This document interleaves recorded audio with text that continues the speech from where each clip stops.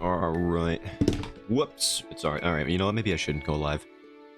The moment I start speaking, stuff starts falling over. It's like a poultrygeist in here.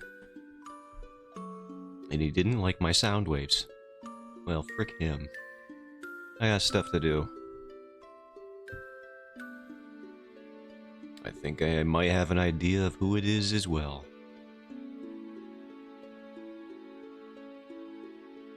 That's for me to know, though.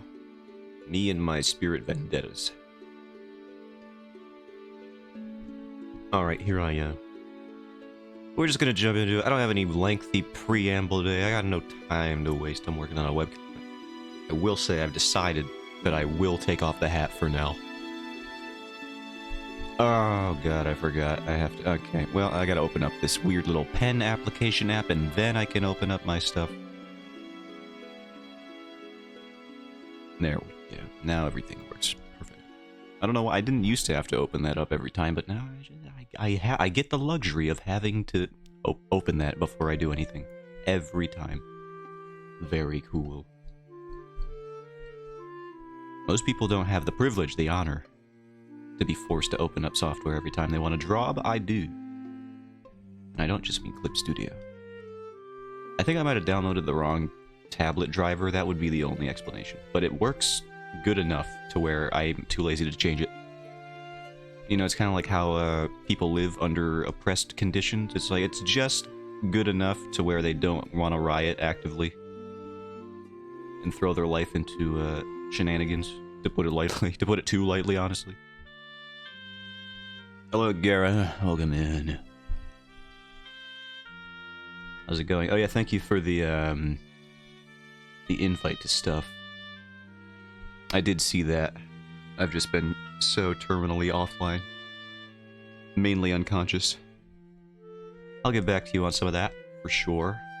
See if I have any time available. And I do, I should. It's going, I see.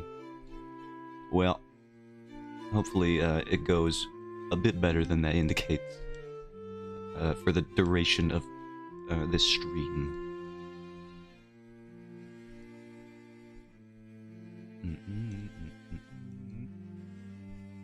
Things may be changing up real quickly. Well, that it certainly is going.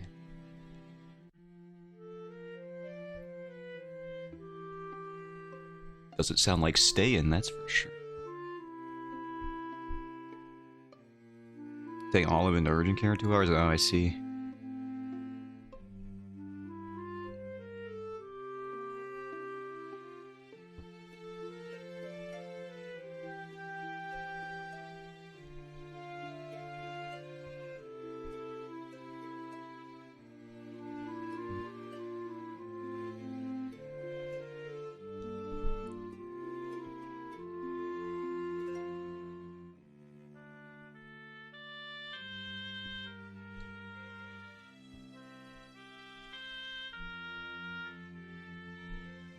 But I'm here for a distraction, so talk away. Yeah, no worries. It's kind of what I do best recently.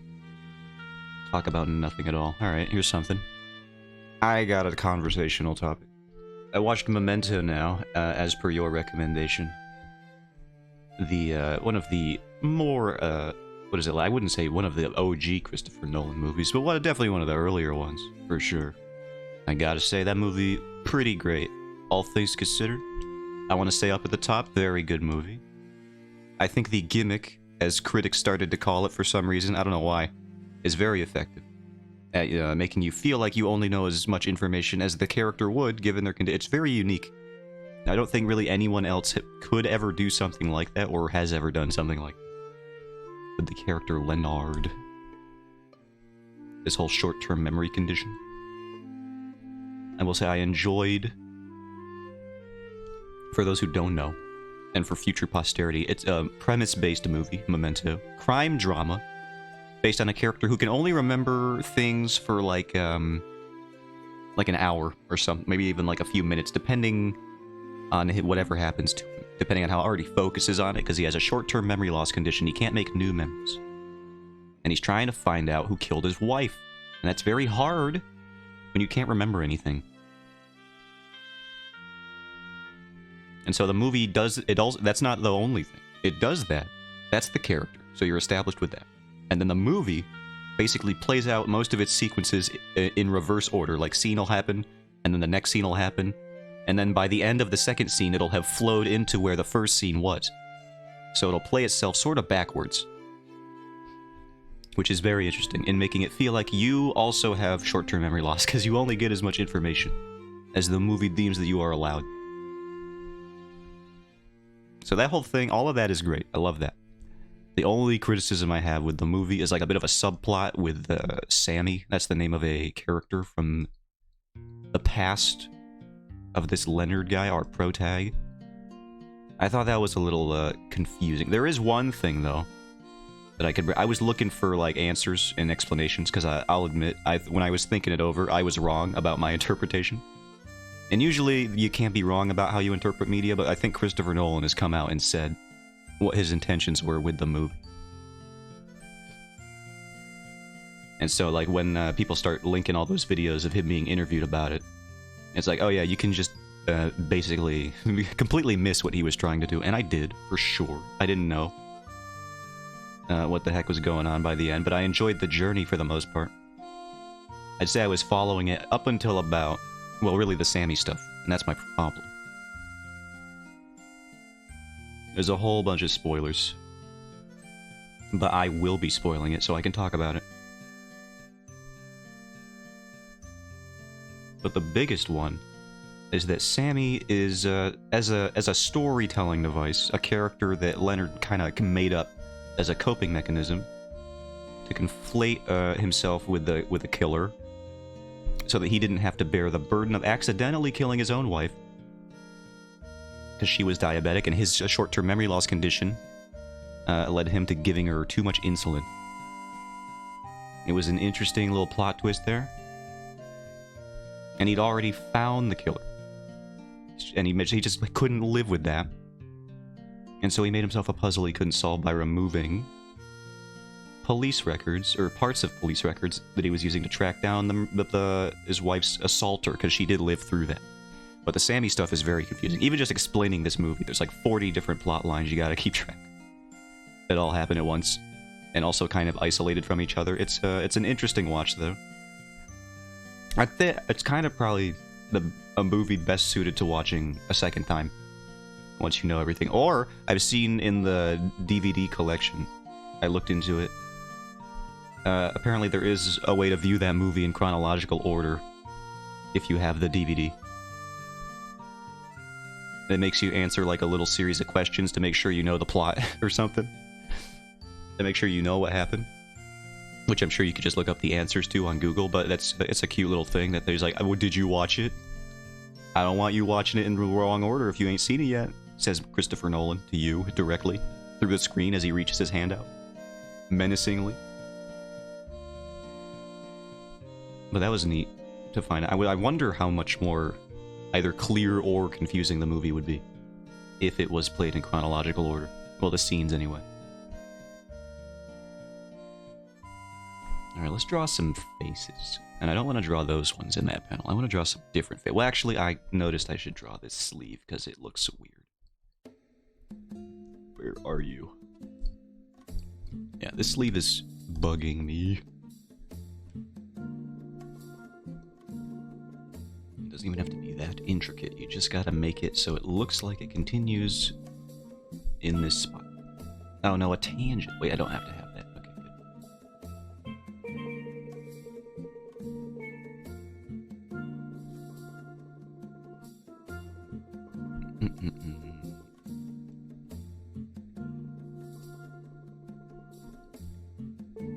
Man, I actually had a bunch of stuff I wanted to talk about today, and now all of the ideas left my brain. I'm gonna try and recall some of them. I had watched Memento. Damn, I had like so many. I was literally starting stream like I got like 4 or 5 things I could just start rambling on about for a long time. And now I got nothing. This sucks. Coming to a blank here. I'll have to make up something else. Talk about what you know. This is generally how it goes. I saw Nintendo was shutting down the online support for their 3DS and Wii U services. That's gonna be a shame. And it's kind of sudden too. That just came out of nowhere. Normally, you kind of like they have like a year or like a grace period for that kind of thing, but it's just nope. Online's gone on those devices. Sorry, the Nintendo Switch is just better than both of you combined. I'm pretty sure that's how the conversation would have went. It's like a Wii U and a 3DS combined into one. Why would they support those jabroni consoles? Meant for babies. Even though I played those for basically thousands of hours. Actually, I didn't play on a Wii. I never owned a Wii U. That's kind of, I feel like most people can relate to that. Hence why every Wii U game ever basically got ported over to the Switch at some point. Except for Xenoblade Chronicles X. We missed that one. Still, Nintendo, come on. You know what you're doing. You're making a huge mistake. I don't know how they missed that one so far.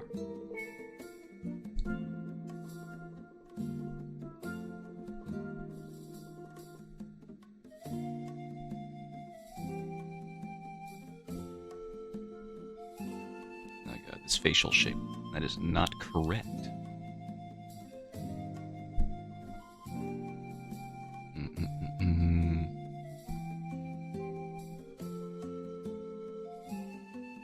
Some of you might be wondering. Or nobody would be wondering. But somebody might be wondering. Zotan, where did you hear that? Where is this phrase, that thang be thangin' come from? Where did you even hear? Why are you saying that recently? And the answer might shock you and surprise you. Or it might be the most expected thing you've ever heard in your life. I do have a TikTok. I know, I'm sorry to say, but I have one. And I use it. I know, again, I apologize, but I have one and I use it. And for some reason, the algorithm, and I say for some reason, but I do recall spending the last couple of streams talking about muscle mommies and muscle daddies, so maybe this is literally my own fault, and nobody else's. It was from a clip of some lady in the gym, and she's like teaching you how to do glute workouts. But she opens the TikTok, she's like facing the camera. Not facing the camera. Facing it in the way that, you know, somebody doing glute workouts would face a camera, you know what I mean. And then she's like, that thang be thangin', and then she shows you how to get a better butt, basically. And I don't know where it came from, because I don't follow fitness TikToks, nor do I follow thirst trap TikToks, for your information. I have a little more class than that. I just follow artists on Twitter that do, well, they don't only do thirst traps, but sometimes they do a lot of them. That's not my fault, that's their fault. It's nobody's fault. They can do whatever they like as long as it's not hurting nobody.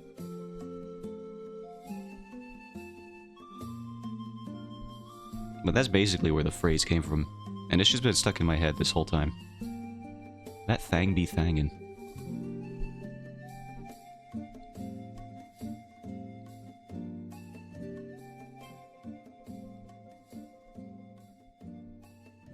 Let's see, what should his mouth look like?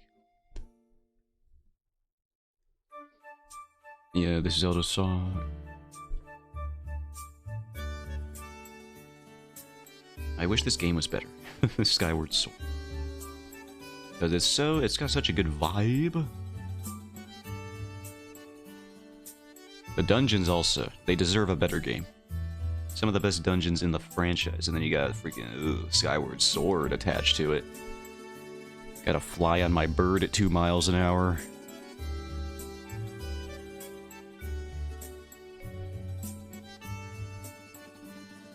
I think somebody modded Skyward Sword, because if I recall correctly, the sky in the original game is very yellow for some reason. But it's like, somebody modded it just to have the white clouds. Just so it looked nicer to fly around in, like that was their biggest complaint. And it's just like, I get it. Even that small complaint is something I would be annoyed about. It's like, why is the sky so yellow? Why am I in piss clouds? Get me out of here. I want fluffy white clouds all over the heavens. This is a fantasy video game, Nintendo. You don't have to have realistic clouds that aren't pure white. Also, the clouds are oftentimes pure white, so it wouldn't even be realism. This isn't even like a, what's the Jon Favreau realism type argument?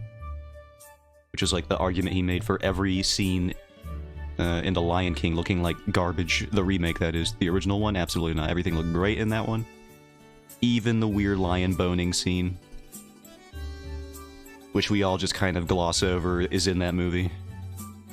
I mean, we all acknowledge it, like, passively, but I don't think most of us ever actually talk about that. And how that's just there, and we're just all fine with it. Ugh.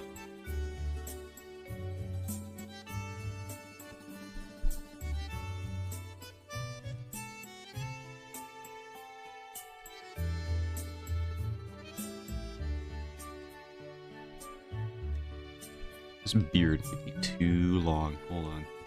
It's so hard to strike the balance of how long this dude's beard is. Hold on, I can open up, I think, the other page too. Try to get the angle of this here.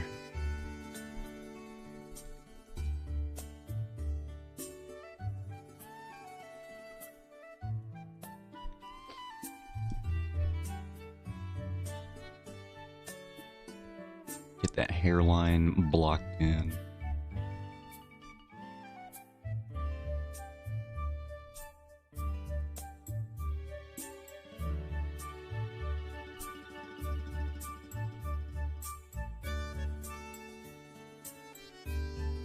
And then he's got an ear, I'm pretty sure, at least one of them.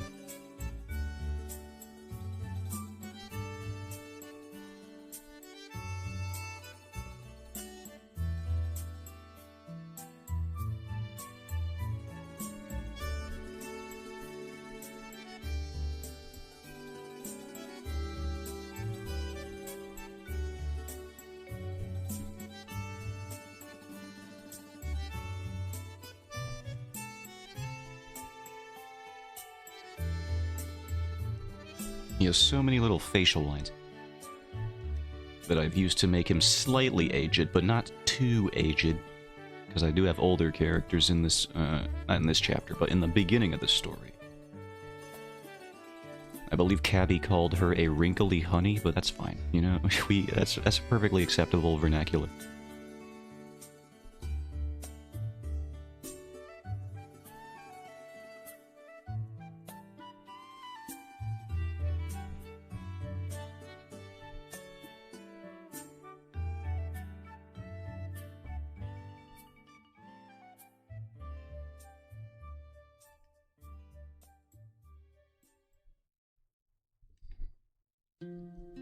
Again, I did the forehead. Honestly, everyone should just yell at me whenever I draw any hairline, being like, you already drew it too low.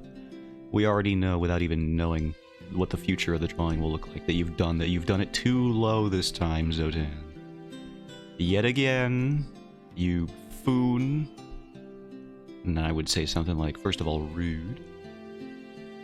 Second of all, you're right.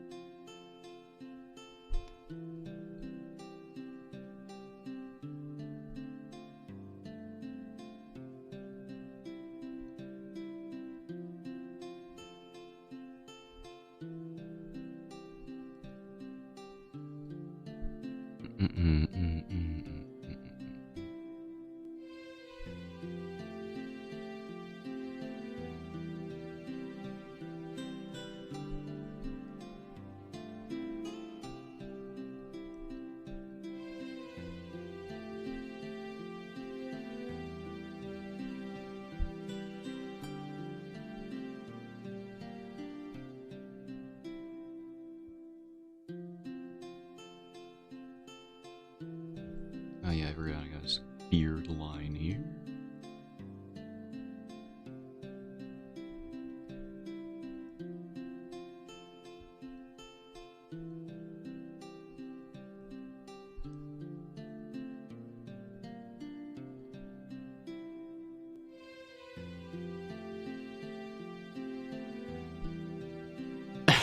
Pardon me.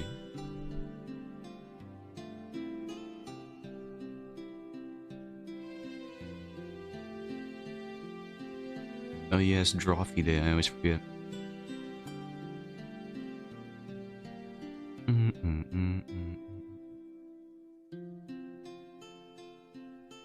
Oh yeah, they released the intro for the new season of Spy Family on YouTube, and I gotta say, if you're a fan of the There They Go Walkin' memes, like those, I forget what the name of the old show is, but like the meme where the essence of it is, oh, they walkin', here they come, the squad is rolling up.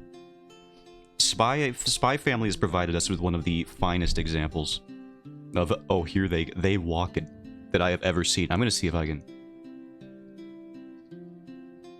I'm gonna play it muted, but it's crazy.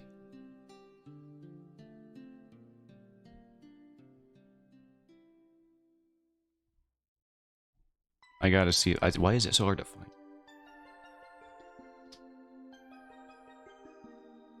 Is this the one? It's posted a day ago, so it's gotta be that. Okay, hold on. You have to simply... I'm gonna put this on screen because I have to see it.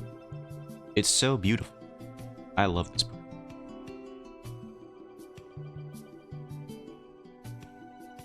I'm gonna get copyright claim. I'm gonna pause it. Okay, this is... Luckily it's a short clip, but oh my god, the they walk potential for this meme, I can see this already on Twitter. A million times, just these next few loops of animation. Look at these big steppers. Kendrick Lamar would be proud. Look at that!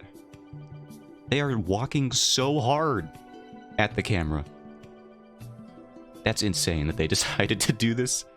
This just weird extreme foreshortening for no reason. What is this walk? I love every part of it. Oh, also just, now while we're here, just look at this freaking sequence. What the heck is, oh my, what, no, what, stop. That's freaking dope, this whole thing. Okay, anyway, this intro's sick. I've also never watched Spy Family, that's another anime sin I have. Never seen it. But that intro honestly makes me want to. Sad thing about Spy Family, though, is I've learned through various interviews that I've seen, for some reason, even though I don't watch the show, I know what the creator thinks about it, is that apparently he doesn't even really much care for that story. It's like, it would be like if I made one of the other comics that Swan could have picked when I gave her a random number to pick from a list, essentially. I could be making a story that I didn't really much care about, but luckily, we've gone with the big one first and foremost, so I kind of have to get good at learning on the fly while making the big one that I planned on spending a lot of time with, and I already have, and I hopefully will continue to do so for as long as I deem fit.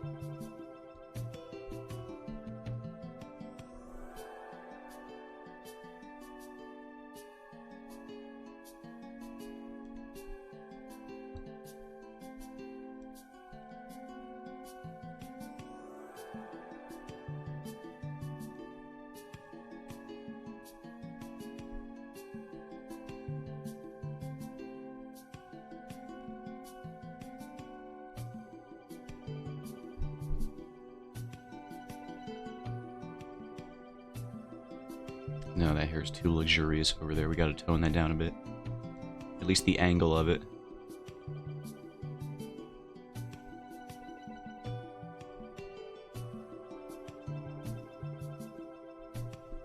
Too luxurious, that hair. Yeah, Gaia simply must tone it down for a second.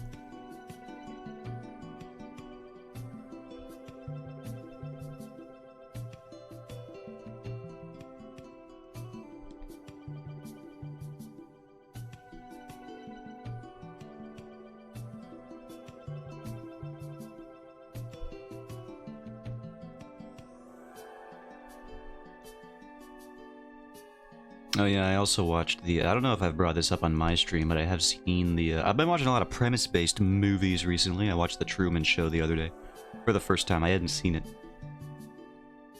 but I have watched it recently. And that's a great movie. But premise-based movies, it's like, it's interesting. You don't really see many of those these days, because it feels like you have to have such a visionary director type mindset to even make one. You know, you can't just fall into the headset of, well, I guess we'll make Avengers 18, says the one guy in a room full of 20 other writers. You know, no, you got premise-based movies. They're always one guy, and then maybe a different screenwriter, but sometimes they might even be the same person, the director-screenwriter. You know, an actual artiste with a full-on pretentious accent over the E or something. And I feel like those don't get made anymore. There does seem to be... Everyone's excited about that sci-fi movie coming out. What is it called? The Creator or something like that? Something to that effect. And literally the only reason people are excited about it, if you look at the comments, are just like because people are like, oh, thank God, finally, something original is happening. Not part of a pre-established franchise that has 18,000 other entries. Oh my God, guys, Hollywood did it. They made something original. And it's like, what a sad state of entertainment. We have to celebrate the fact that a movie coming out is an original idea, or at the very least, isn't tied to a franchise that's been going on for years. I can't build. That's the state of things. But yeah, Truman Show, great movie. That movie, there's not really much of a spoiler except for the ending, so you could kind of talk about most of it based on the premise. Is that he is basically living his life under the impression that it's all real and legitimate, but he is in fact living on the set of a very big set, like the size of several cities. Set of a reality TV show where everyone knows it's a TV show except for him. It's a very interesting. It's almost dystopian, honestly, at some points, which is probably what makes it so compelling.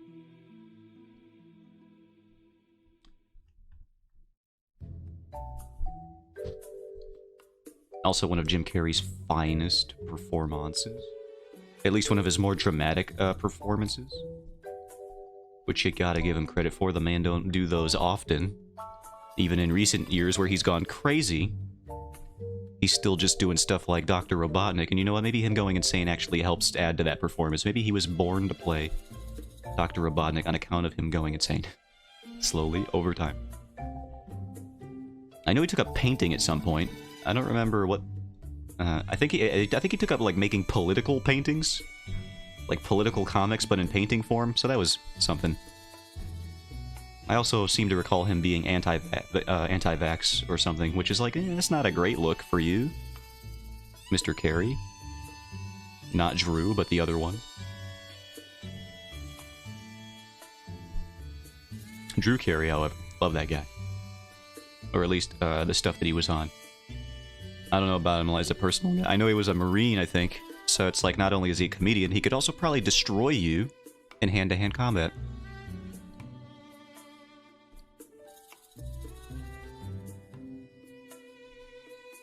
At least me wouldn't be that hard to destroy me. He could be just a guy without any combat training. And he would still probably be able to beat me up. I weigh 4 pounds. Sopping wet. Why did they use that as a metric? It felt weird saying it, but I was like, this is a thing people say, so I feel like I can say it, but I don't think I should say it. I know water adds weight, but did we really have to... Did we have to say that? Did we have to make it sound so awful to say that? Sopping wet. Maybe that's just culture's fault for making that phrase seem so lascivious. Lewd and crude and crass. Even.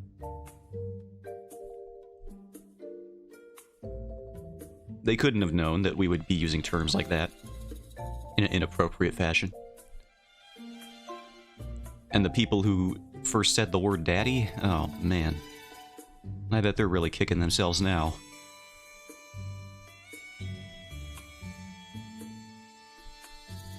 Who'd have freaking thought? We say soaking here? That one's way better. I prefer that one to sopping wet.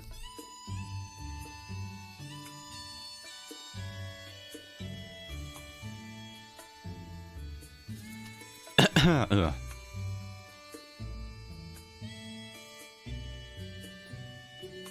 That must be a freaking regional thing, because I can't find anything on the internet about... Oh, here it is.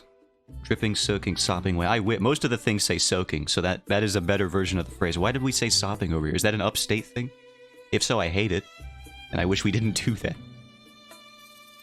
Dripping wet is not much better. Soaking, I think, is the best one that you could do, because it brings to mind, it's evocative of like a sponge or like clothing. Because you soak stuff in water. So that's better. Sopping wet and dripping wet has other implications. Full-on, It's Always Sunny style implications, and I don't like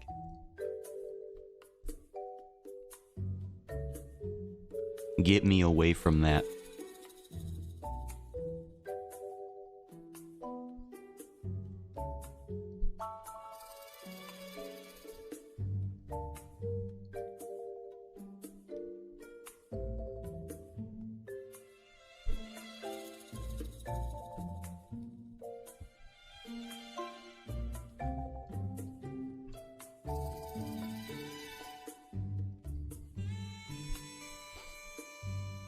So some people would spill a soda on themselves and be soaking wet, while other people might spill a pop on themselves and be sopping wet.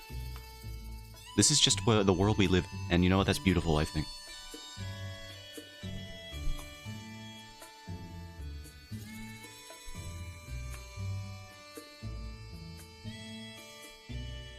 That reminds me of a clip I'm gonna bring it up.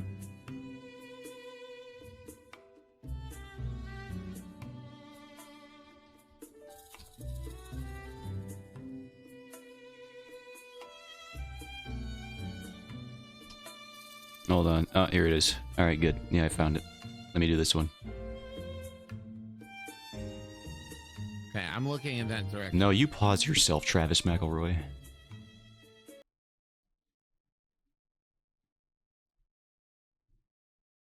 Here we go.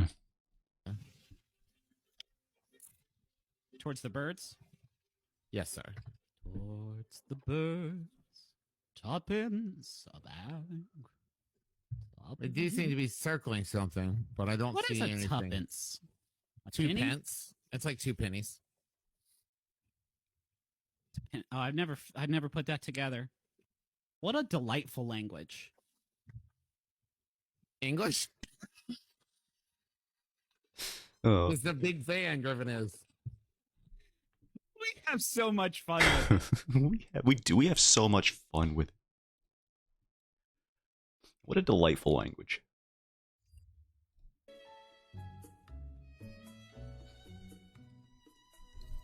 Did his laugh not pick up on that video? I feel like it was louder on the YouTube channel, I wonder.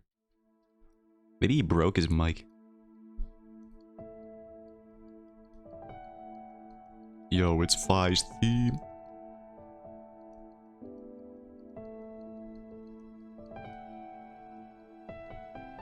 Yeah, the Monster Hunter. Fi, I bring it up because Fi's pronunciation, Fi or Fi, has been a point of contention within the community for a while.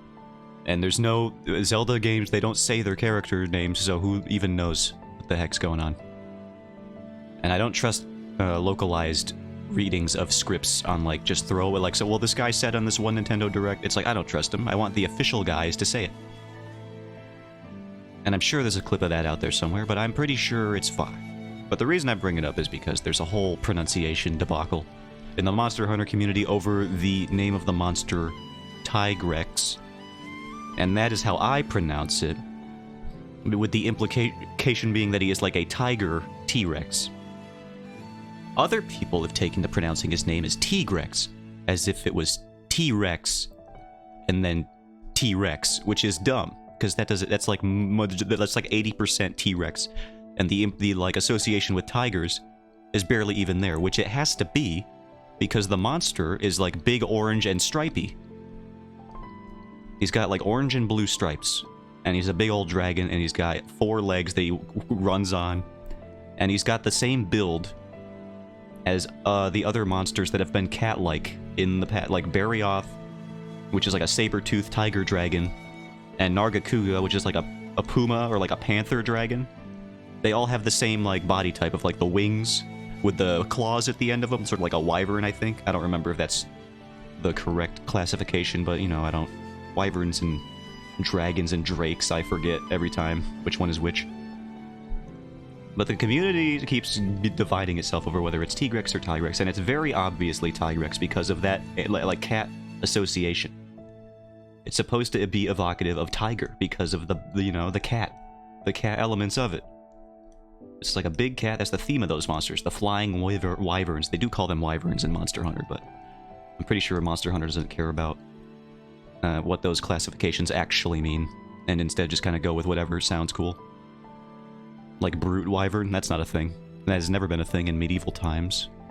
Can you imagine if dragons in medieval times were just depicted as having big old fists that they punched you with? And they were just big gorillas, basically? I don't know if Rajang is a brute wyvern, but that would be... I think... No, he's like a fanged beast, is what they call him. What is a brute wyvern? I think they're just the big ones that throw their weight around at you.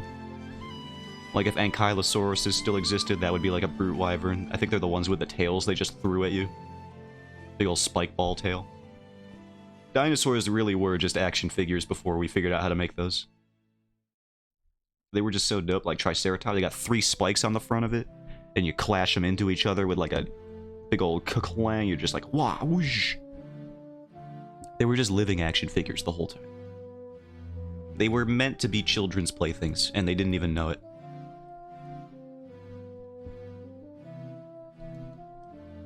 And then, like, apparently crocodiles back then were gigantic, so I can't even imagine.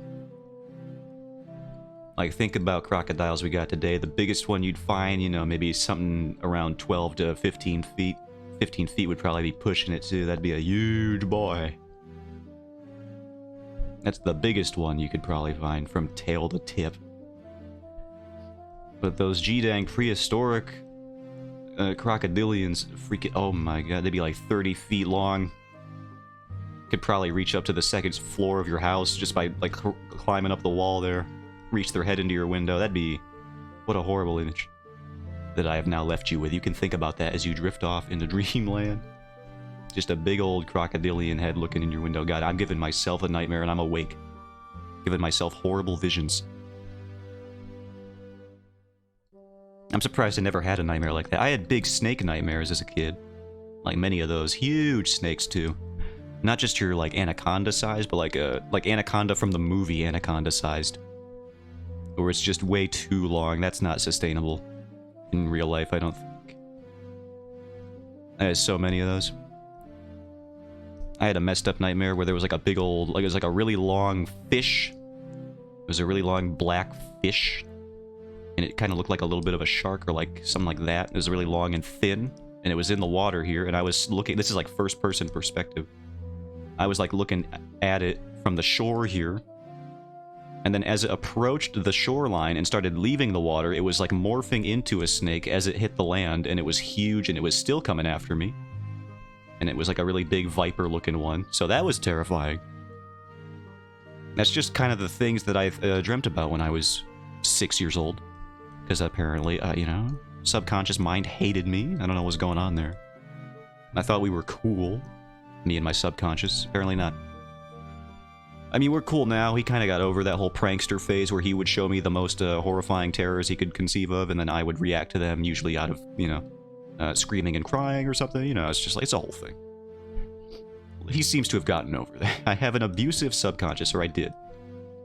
But he must have gone to, like, subconscious therapy or something. I just don't have dreams anymore. In the nocturnal sense, I have ambitions still. I'm making a webcomic after all. Most people would look at that prospect and just be like, nah, I give up on that. I haven't even started, but I'm not even going to try doing that. And you know what? Maybe they're not entirely wrong. Because it's a demanding process. I'm definitely not the pinnacle of work ethic. I know I do daily art stuff, for the most part. I try. But even so, I feel like these 2 hours a day, or 2.5, or whatever, that I spend on this comic, they don't feel like enough. I wish I had more time to spend on it.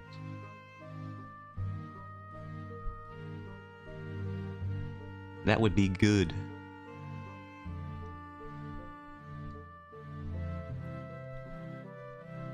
That would be one of my goals, I think, is to just get to the point where I could just spend time on this.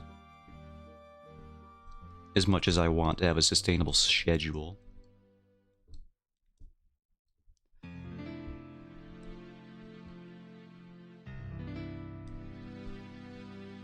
I would even hire like a flat colorist, because there's really no creative input in flat coloring. That's just busy work. But also, like, if you're good enough at flat coloring, it's like the least demanding part of the process, so it would be like kind of probably waste of efforts to get somebody else to do that. And it would probably take like 10 minutes maximum if you got somebody who knew how to do it good. It doesn't even take me that long, and I'm slow at everything.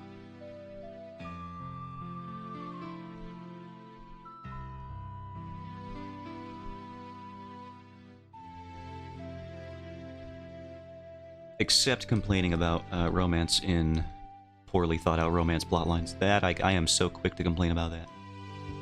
Frame 1, you will meet me at the doorstep. I'll be looking in, I'll be knocking, trying to look in through the peephole, which is not how that works when you're outside somebody's house.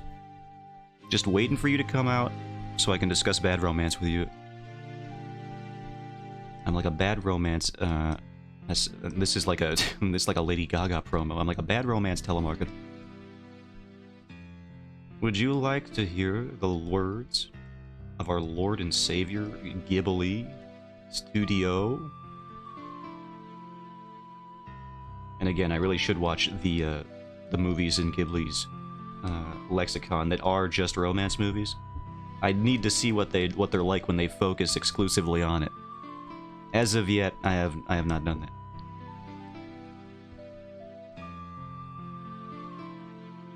I think Whispers of the Heart, that sounds like one that I should do. People seem to like that one.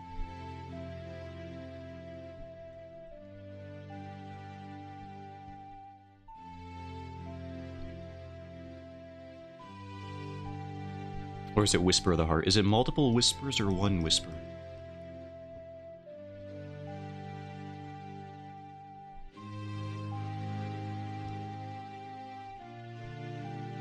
Whoops. That is a good one, I've heard.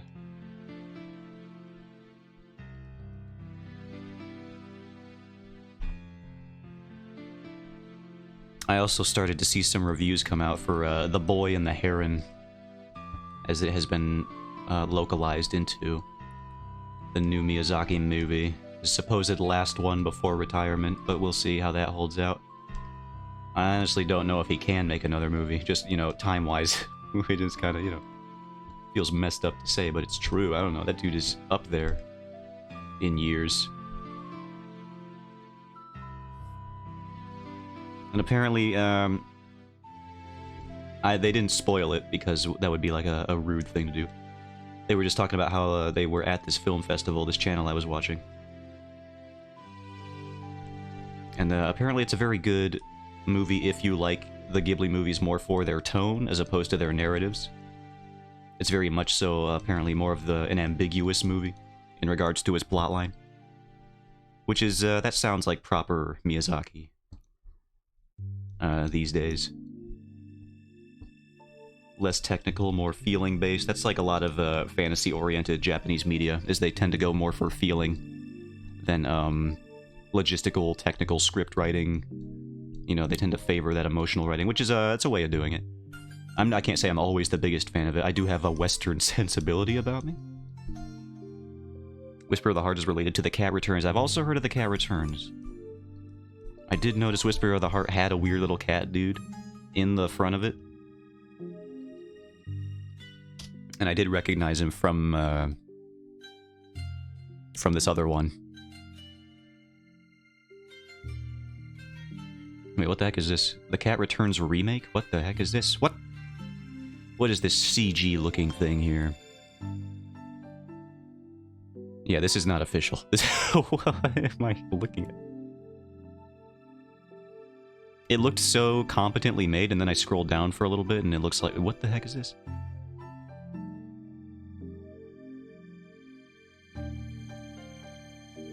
Alright, so this is somebody sort of reimagining what it could look like in CG. But then, like, you look at this little dude right here, and that's just like a picture of a real cat's head that they've put here. This looks great. This looks lovely. Love that. Some of the fabric looks a little, you know, weirdly placed. But this is a great stylized 3D model. That looks cool. But what is this? Who are you? My stiff cat man who can't seem to bend his fingers. This cat has more articulation in its hands than this guy.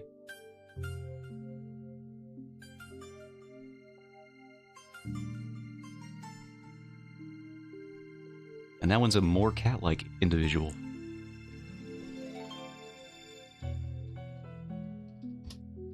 Yeah, and the Whisper of the Heart has that same little cat dude in there. Yeah, I see it. Whisper. It's one whisper. Just a whoosh. That's it. That's all you get.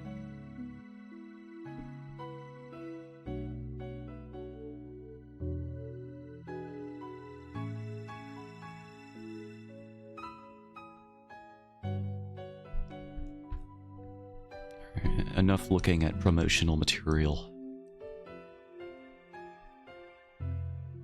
That's how you know you've made good promotional material, when it's just like a really good art piece that you look at as somebody decades later after the movie came out, and you're just like, you know what, that does make me want to watch that movie. What a dope poster that is that they've made. Or like a series of posters. They all look great, but the one where she's like floating through the air, seemingly to her demise, but I assume that doesn't happen. That'd be such a weird movie. just like opens up with this tone of whimsy and adventure and then just falls 3,000 feet to the ground. Like, oh my god, oh my lord. It'd be like that scene in The Other Guys, which is a great comedy movie. I think it's drastically underrated. That Will Ferrell and Mark Wahlberg movie, I believe. I'm not mistaken. Pretty sure it's those lads.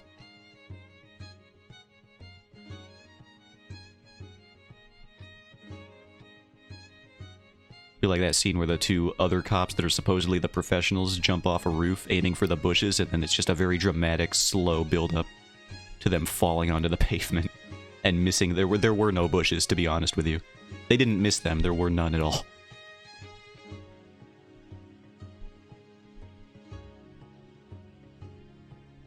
That scene is hilarious. When I first saw that scene, I died.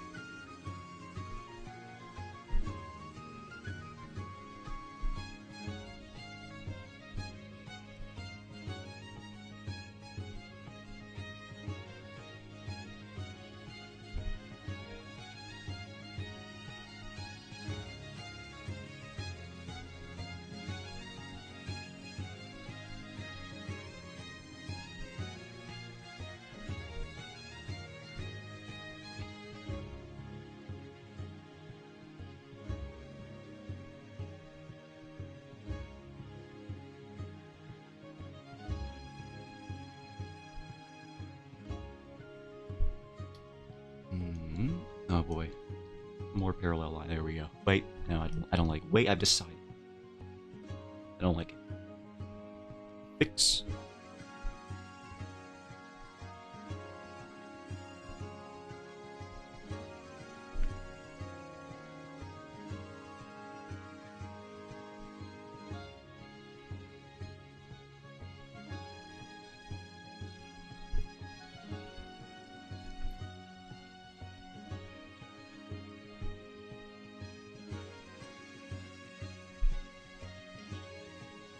No, I think his face is too. It's usually, I think he just has like a more downturned cheekbone there. It's still high up, but it's like I think it's just more straight up and down there. Maybe not. Maybe not. Let's try drawing it without the guides here to distract me. No, I prefer it again. Yeah, hold on. Well, now it's where is it? Oh, I think I just have to redraw it now. A shame. They're fixed.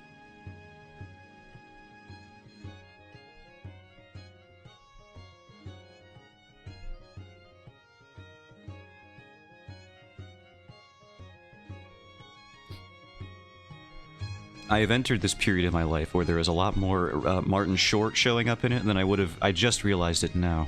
I was thinking about how this song reminds me of the ending song in Treasure Planet, where they're doing like a little hoedown thing in celebration. It's the end of the movie, everyone succeeded.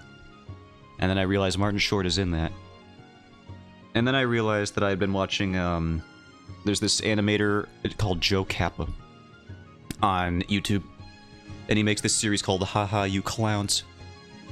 And he references the movie The Three Amigos in one of his more recent animations.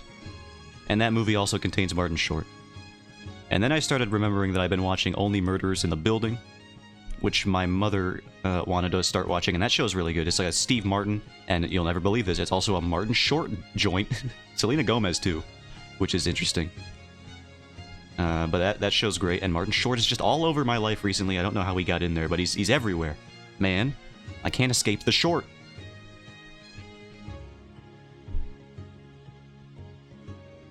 Martin Short, more like Martin Long for the long con. He's been playing on me this whole time. He wanted to infiltrate media, and now he is everywhere.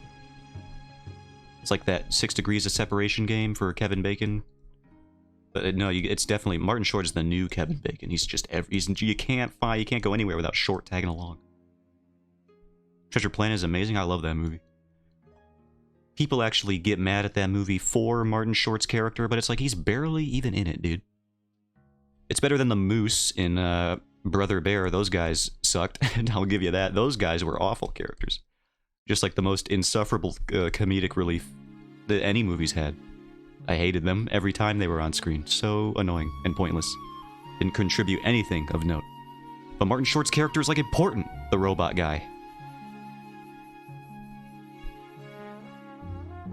He like helps save the day and such, even though he's incompetent weirdo. He lost his mind, quite literally. There's pieces of it that he does not have. But yeah, Treasure Planet's amazing, great movie.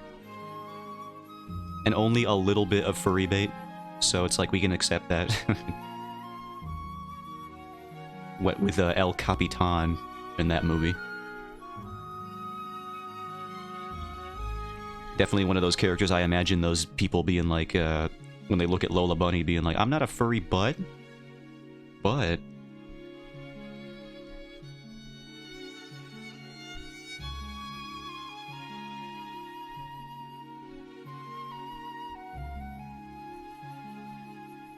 But yeah, that movie's great. The soundtrack, too. Done by, Goo Goo Dolls, I believe. One of the, at least the lead singer did some tracks for that.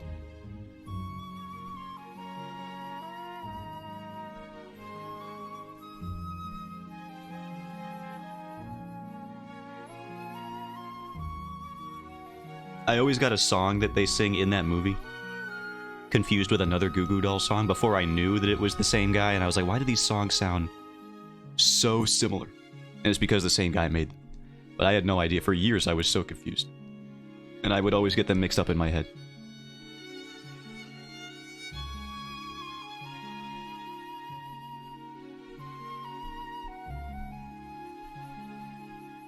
But yeah, Treasure Planet, I've never felt like a movie like just nail the idea of a fatherly bond so strongly before. And they're not even related, Jim Hawkins and Silver, the cyborg dude.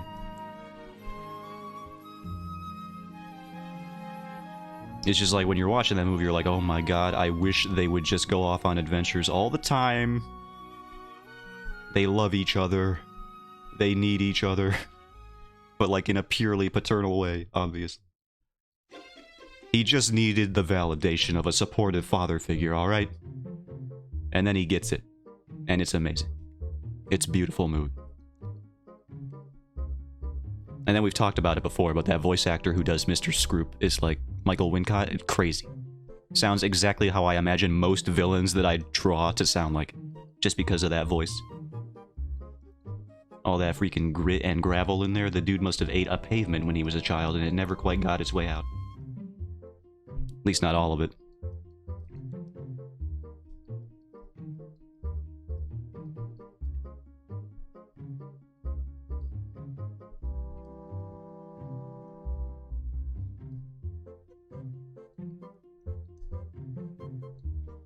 I wonder what he sounded like as a kid. Like, if you have a voice that gruff, does that indicative that that's gonna happen when you're a child? Are there signs that you're gonna sound that dope when you're a kid? I can't imagine. I don't think I've ever met like a hoarse-voiced child, at least like naturally, you know, who just has that kind of grit to him. I wonder what happens to cause that. Obviously, there are explanations for it sometimes, like you know, cigarettes. Those are that could happen, and probably did.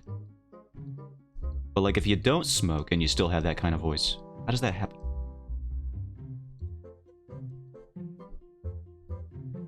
I know Corpse Husband, and I brought this up on stream before. I know he has a gruff voice because of his GERD, and in that we relate, me and him, you know.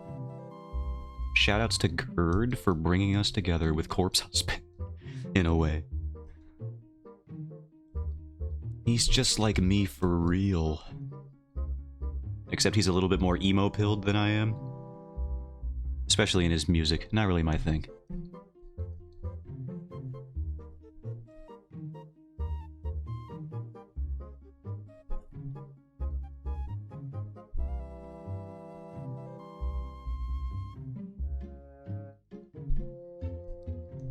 I saw that the writer's strike was working out agreements, but then I looked at there's some news that showed up today that said Drew Barrymore's writers would not be returning. So it's just like for her day show that she has.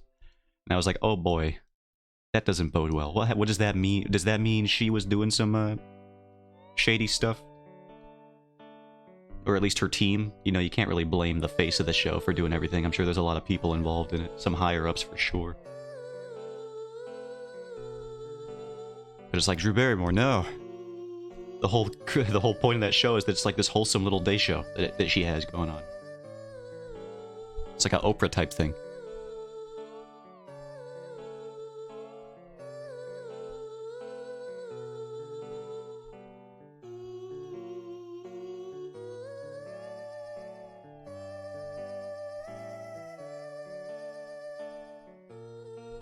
Although I'm pretty sure Oprah was friends with Harvey Weinstein at some point, so maybe she's got some skeletons in her closet that we don't know about. You know? Maybe she wasn't entirely the wholesome persona that she put out.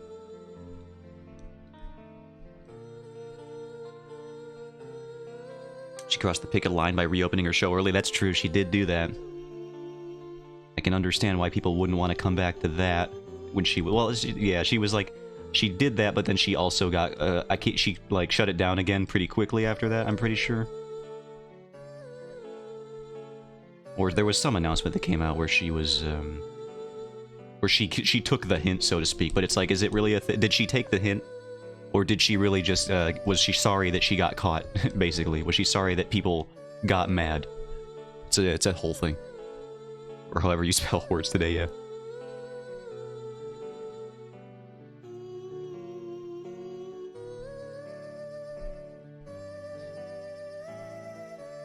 Was it a sorry if I offended you type kind of, oops, you got me? Or was it like a legitimate thing? A legitimate mistake?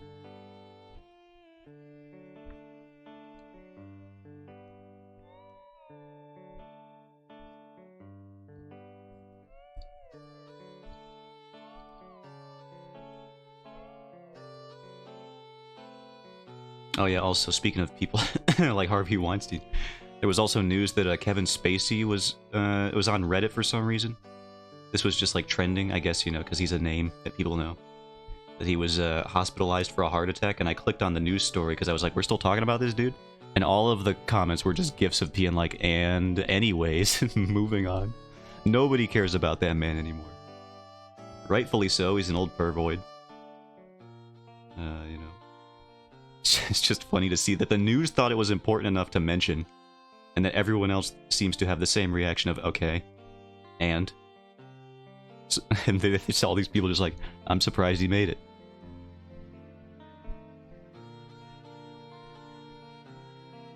And then there were some messed up comments in there. Some people were like, well, if anything, even though he survived this heart attack, just take solace in the fact that one heart attack increases risk of future heart attacks. It's like, oh my god. Oh my god, you're so right, though.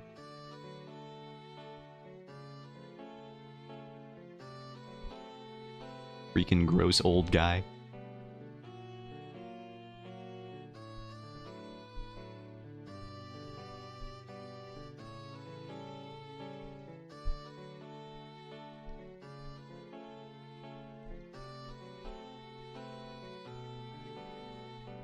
There was one I saw that put it very succinctly, put him out of our misery, which was very interesting. That line goes hard.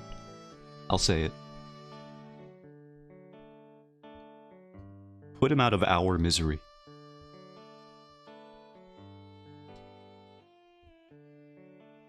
That's right up there with that that Tumblr post that was like, you cannot kill me in a way that matters. It's like same level of intensity there.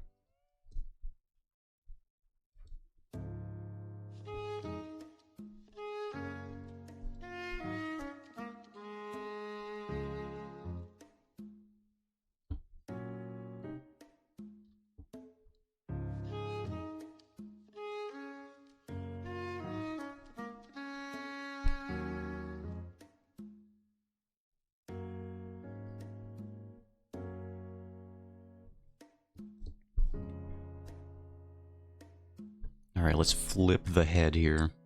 We actually managed to get a face done in a reasonable time frame. I think we might need to move him over a bit, though. Or at least make him bigger in the frame.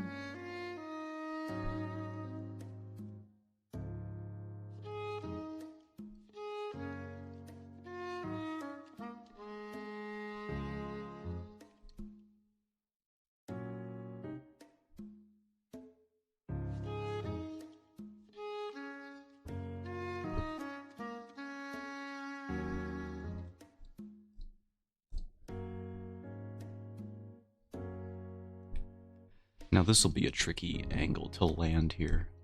He's gonna have his like head facing more downwards here.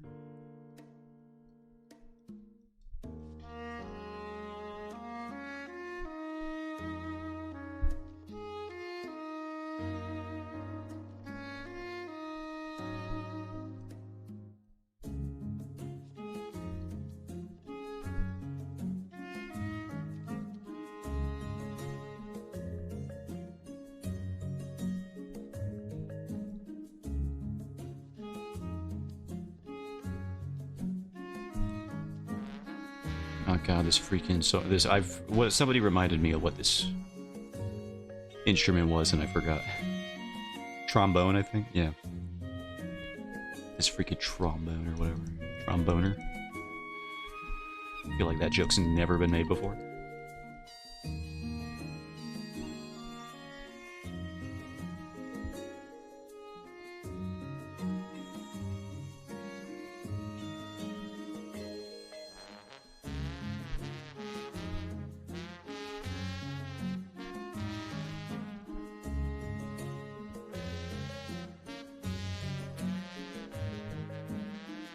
Just an absolutely insufferable song for me personally. I don't know how people can be fine with this. Nintendo listened to this and said that's shipping in the final product.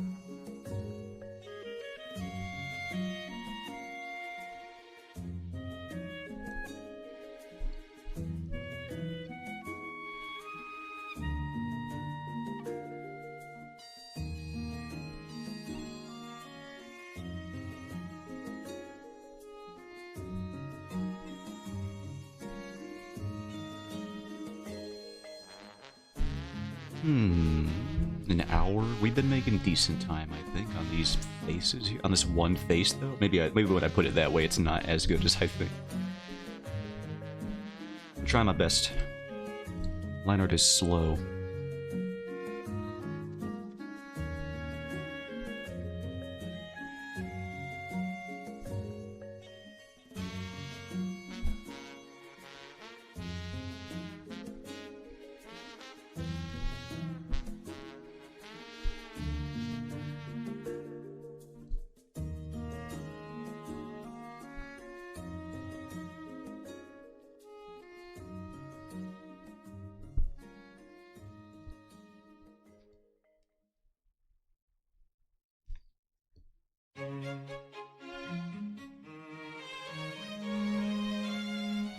I talked about Brother Bear earlier. Now that movie would be amazing if it was like a short film, and it was just like the intro sequence where they hunt the initial bear. Then that movie would be sick, I think. The unfortunate part is that there's the rest of it. But like the beginning of that movie is dope, and it feels so grounded and real.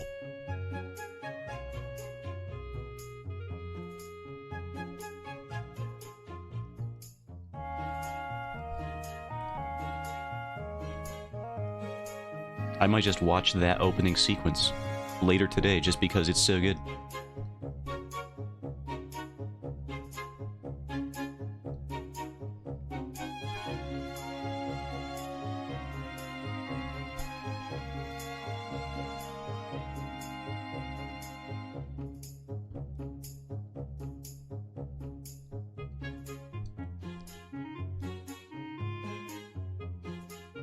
And also, it has one of those sequences, there's like a transformation sequence in that movie that I remember being way cooler as a kid. But upon watching it as an adult, it's like, it was so anticlimactic. But I remember it being so dope. One sequence that's the opposite of that, where I remember being like okay as a kid, but actually turned out to be way even cooler than I remember it being, was the sequence in the first Atlantis movie. Some people might probably be like, there's a second one? Yeah, there may as well not be, but there is, unfortunately. But in the Atlantis animated film, there's that scene where she's like, the one lady descends from the crystal and all this water falls down around her, but is deflected by some kind of invisible energy source. I wonder if I could find this, because I'm just gonna, listen, I don't care if I get copyright claimed. I think I've proven that time and time again. It does not affect me. I make no money off of anything ever except for putting soup cans on shelves these days, so... Let's see if I can find this.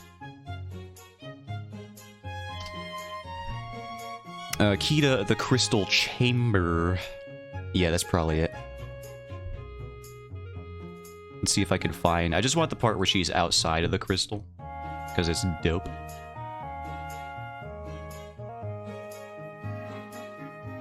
This is like the end of the movie. Hold on, get me out of here.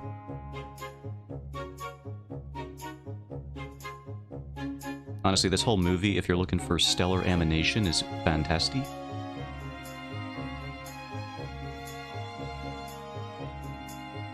No, the scene ends right before they start showing it on this video anyway. Let me find the cool thing.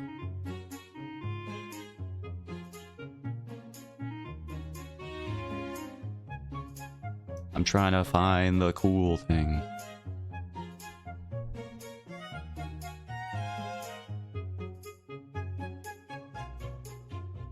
Oh, I think this one might have it. Oh yeah, this part. I found it. Alright, cool. I'm gonna play it muted, by the way. Obvi. Oh god, this is max 360p? Oh, boy. Pushing the limits of what is visually acceptable on live streams. That's the kind of boundary pushing you can expect on Zotan.television. I mean, .twitch.tv. Zotan.tv. I'm on TV, guys. I'm on the silver screen. Do not call in. I will not be accepting call-ins by anybody.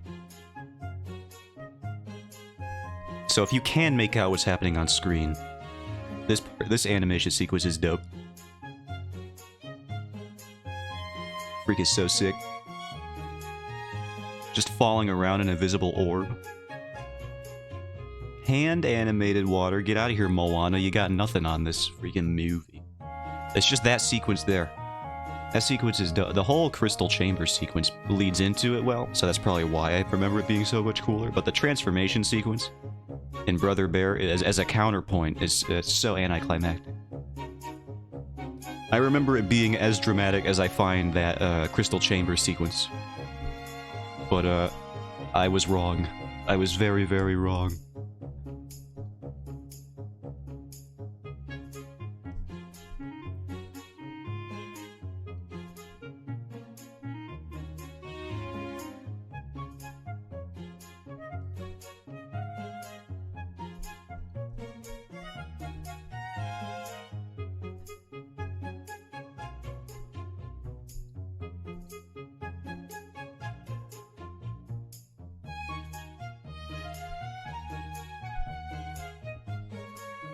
His forehead is a little too pronounced.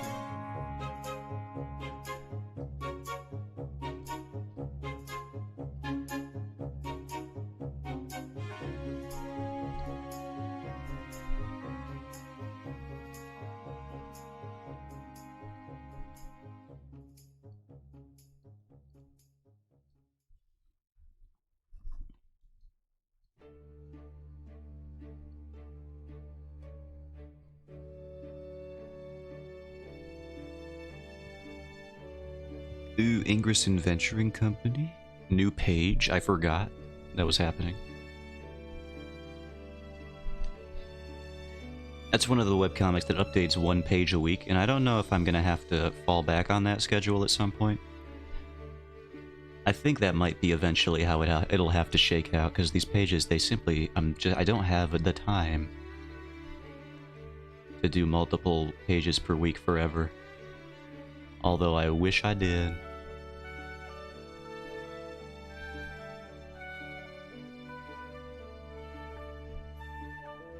Some people are crazy out there. They make some of the most intense illustrative works you've ever seen, and they have a consistent schedule, and it's like, even if it is their full-time job, it's just a crazy level of detail. There was some fantasy webcomic I was looking at recently, and it's like, this. You can tell this is a serious person who knows what they're doing, because their webcomic is only available on their own website. None of this Webtoon or Tapas or Comic Fury shenanigans where they're like doing it for the free promotion. Is like, no.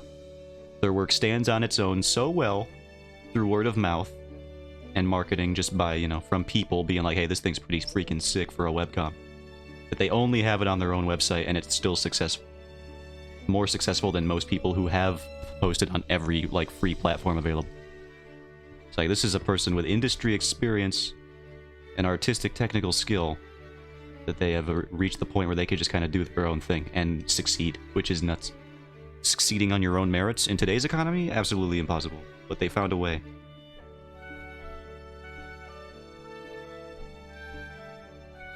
I wish I knew the name of it. I actually couldn't get into it, because despite the fact that the illustrations were amazing, the protagonist was insufferable, and I could not get behind it. But I wish I knew the name. There's like some feral...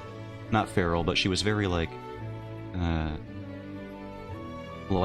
she brought, the main character was like a young girl who brought very feral energy against this dude who was like essentially guiding her through these dangerous lands. And the first chapter, she was just so annoyed to this dude who was just trying to help. It's just like, dude, go away. I don't care if she's like a bad character at the start and then improves later. She was so infuriating. You do have to like tone it down for a second if you want me to care about this character who sucks so much ass. I simply cannot care about this protagonist. They were so bad. You have to give me a reason, and I'm guessing that's what the guide character is for, is to give a sort of an audience stand-in, to be like, can you believe this person? Oh my god, this person sucks. Look how they're treating me. The straight man. The normal person in this dynamic. They are the clown, I am the straight man. But it didn't work for me. I couldn't get behind the clown.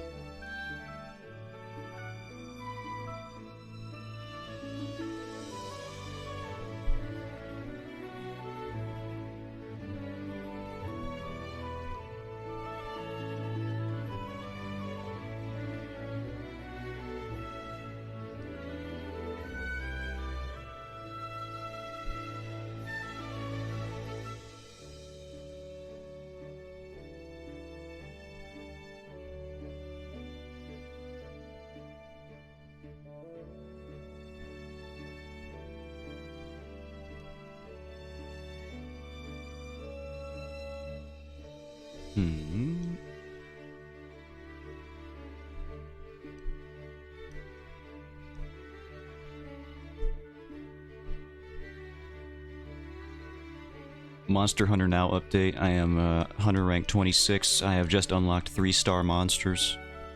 I think there's like 5-star I think there's actually high rank, where their stars turn blue, but I am on like 3 out of... I think there's like 5 stars for the ranked monsters in low rank, what is essentially low rank in that game. I'm making progress slowly but surely. For a guy who doesn't go many places, I think I'm progressing at as decent of a rate as I can in Monster Hunter Now. I haven't unlocked all the weapons yet, because apparently it's weird, but the game does seem to gatekeep them for no reason, but it does. Also, Monster Hunter Now started banning people for doing GPS spoofing, which is something that showed up in the Pokemon Go days, where you could just trick your phone by plugging it into a PC and pretending you were traveling around the world at light speed. They have started banning people who are doing that. And it's like, on the one hand, I understand, because the whole point of the game is to gate progress and make money that way. So if somebody's just zooming all over the world and not even actually doing it, that detracts from your profit margin of the game.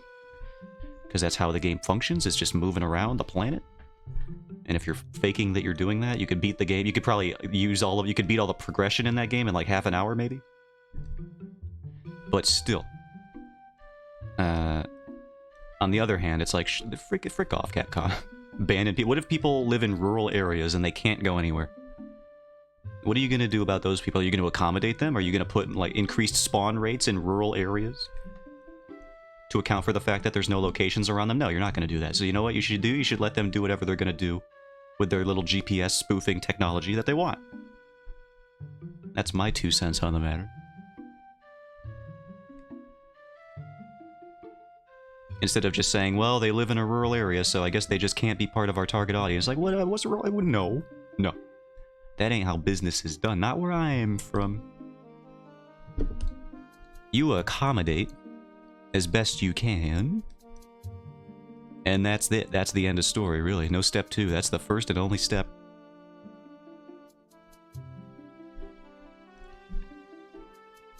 Like, they should have a population heat map database that they factor in to the spawning of where monsters appear in that game. And this should be for every, like, globally positioned type game. And then they should increase spawn rates or decrease them accordingly. As a result of how many people are around certain areas. Or they should just make the spawn rates universally amazing, no matter where you are. But that would mean they make less money, so of course not. I will say the gameplay for Monster Hunter now is just a simplified version of Monster Hunter, so of course it's good. But the monetization is just, oh man. If only they worked with any other company besides Niantic.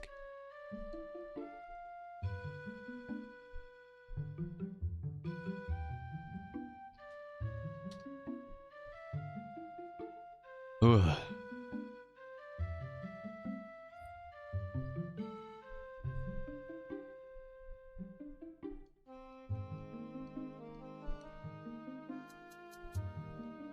I'm sick of their Niantics, basically, is what I'm saying. Sorry, you can leave now. I apologize, but only a little bit. Not too much. Just the appropriate amount.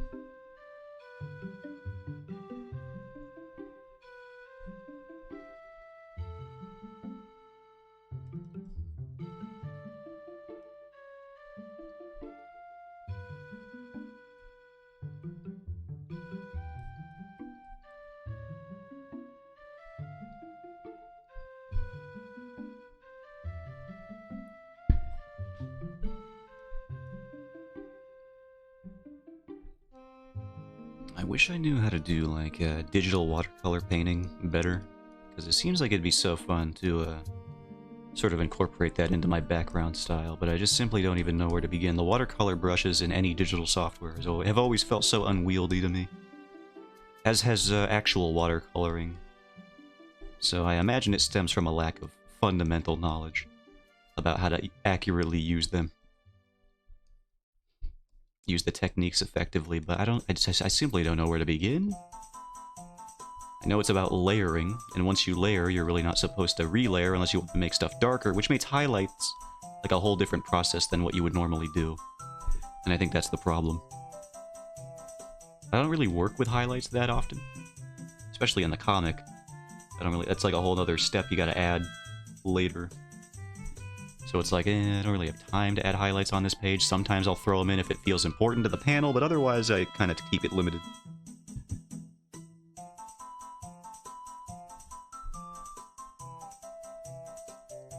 Oh yeah, I remember a topic I was going to talk about. I got a new water pick, water flosser. One with a dial. and I used it for the first time earlier today, before I passed out, coming home from work. And I gotta say, it's night and day, the water pick that I have now and the one that I had to return because it cut my mouth open with just lacerated. The water pressure just psst, firing a laser right at your gum line. Yeah, I did not bleed at all. And it turns out you're not supposed to, normally. So, you know what, it was fine. I mean, some people say it's normal if you have, like, gum disease, but I'm pretty sure I don't have that. Otherwise, I would know. I feel like I would detect inflammation in my own mouth. But yeah, you know, if you use the right pressure settings, your mouth won't get completely blown apart by a beam of water. As if Blastoise himself targeted both cannons into your mouth at once. And just said the words hydro pump. And you were the moments that ensue, you can only imagine what would happen. And that's even more menacing, because Pokemon don't normally say their move names, they just say their own names. So if a Blastoise looked at you and said hydro pump, that's a nightmare scenario. I have to hop out for now, thank you for the distraction, no worries. Take care, hope things work out for you. And I'll catch you later, I'm sure. I'll get back to you on those invite times if I have any that are decent for both of our, you know, situations here. I will post updates as they happen. Alright, cool.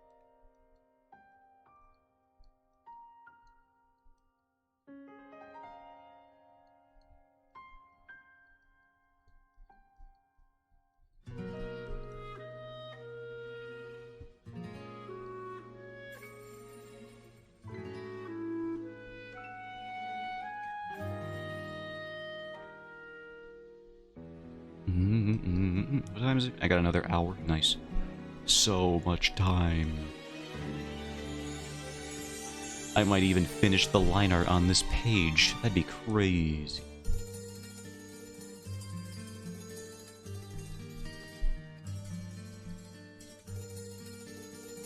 Whoops.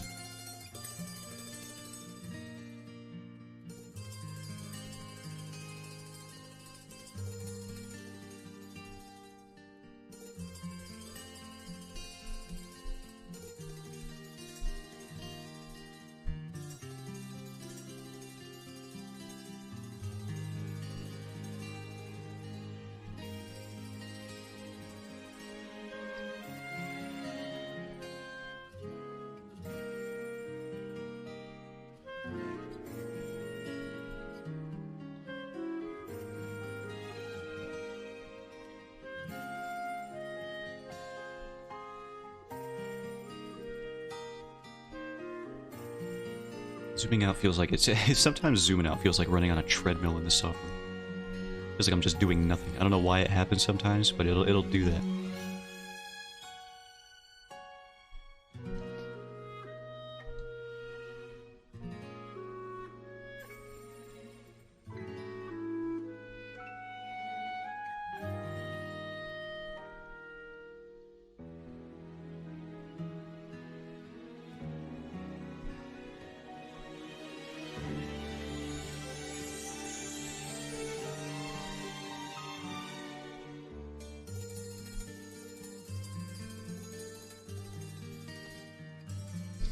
Oh yeah, his eyebrows. He does have those.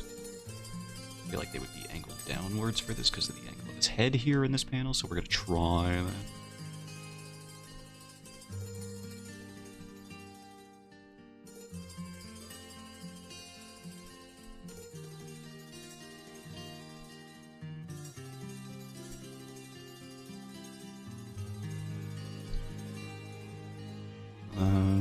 How should I draw this part here?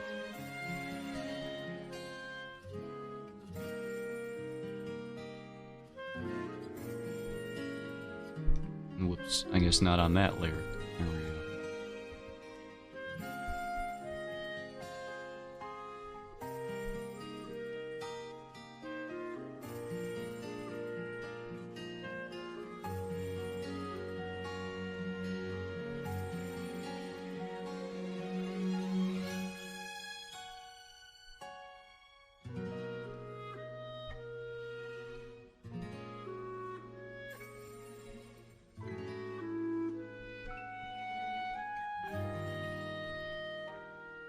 schmall eraser for schmall mustache adjustments.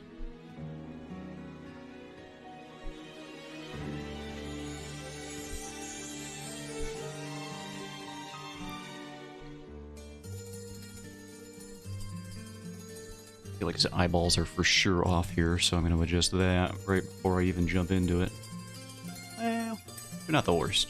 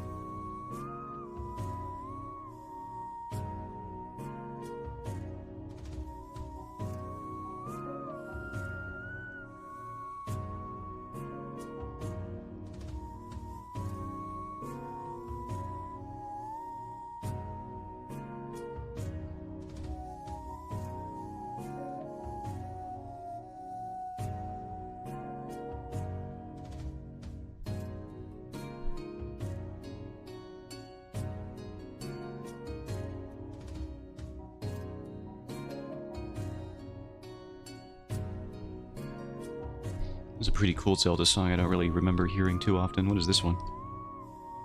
132.54. This is Bamboo Island on Skyward Sword. Yeah, I didn't spend much time there, but I do remember the location. Little mini-game thing.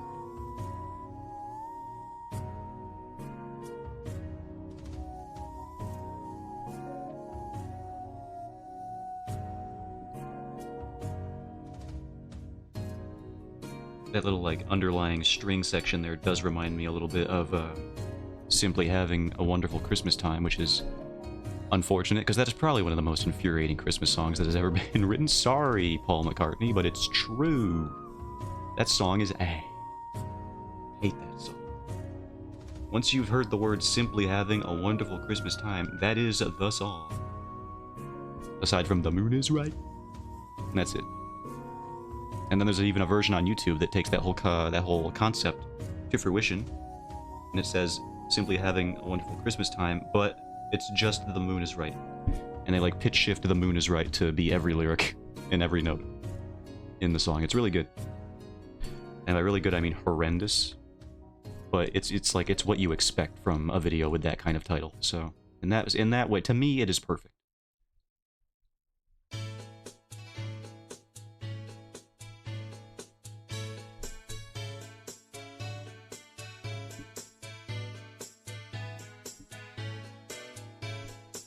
Now, I was told to expect a magpie in this stream at some point. I just remembered that. They did say might, so obviously I won't hold anything against them. But like, I vaguely recall... I wonder why, though. Maybe they had a day off.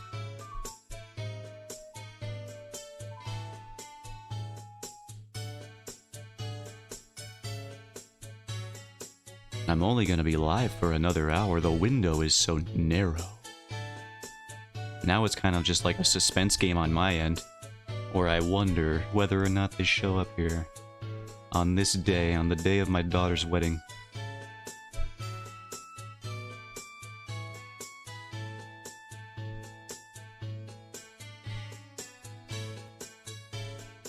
Made his eyes too big. too big and childlike and filled with wonder. I gotta shrink these down.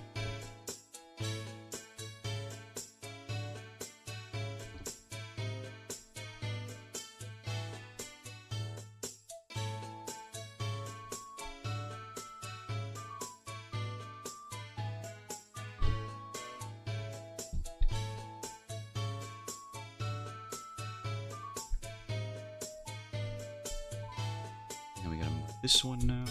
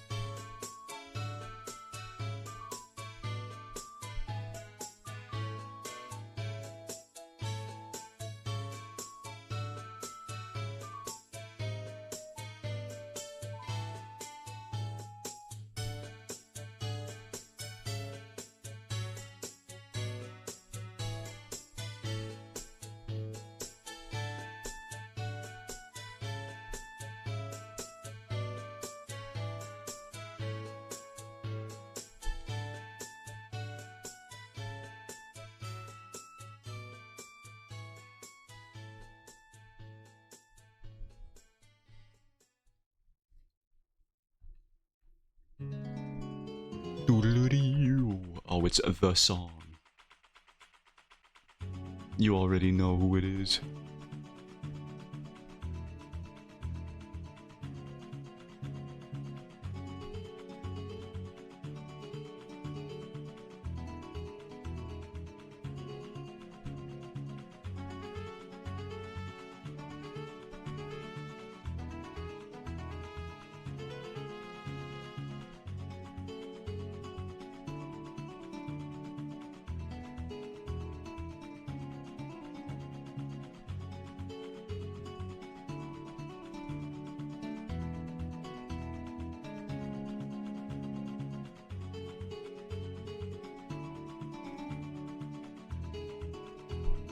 I think I had this dude's mouth figured out in the closed position. If I have this little face reference sheet open up, let's check it out.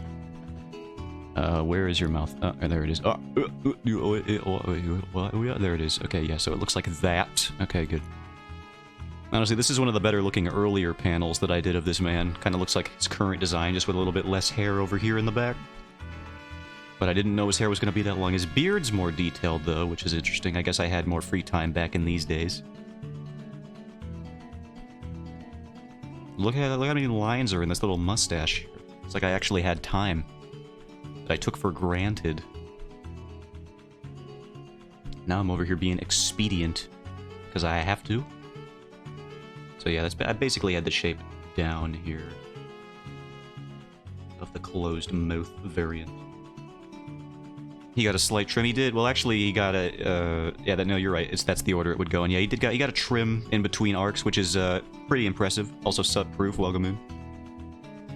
Because this is literally chapter 1 into chapter 2. I guess he just found some time along the way.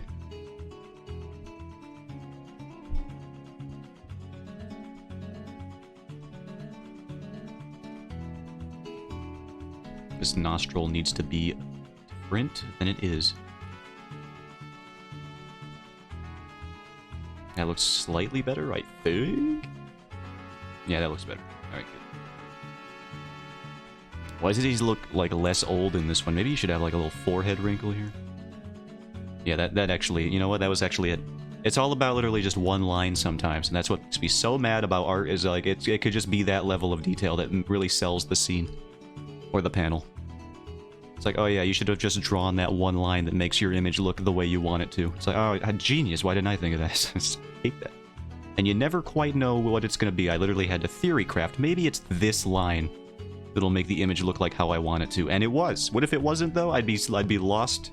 I'd still be adjusting this image for the next half an hour. Luckily I found it. I found the solution. It's like working on a math problem sometimes, which is not something I want to think about while I'm doing art. But unfortunately that's how it is. On certain occasions.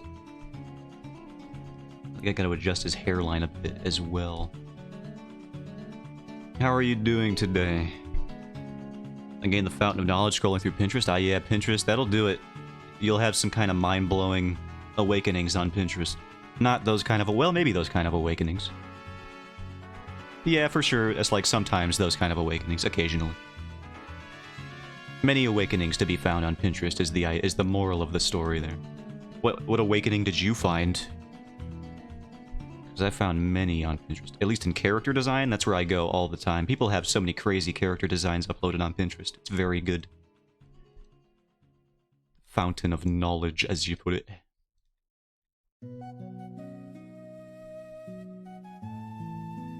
Oh damn, Kozwire Tokyo is free with Prime? Don't mind if I do. Is it really now? I have Prime. Interesting. Let me just take a gander.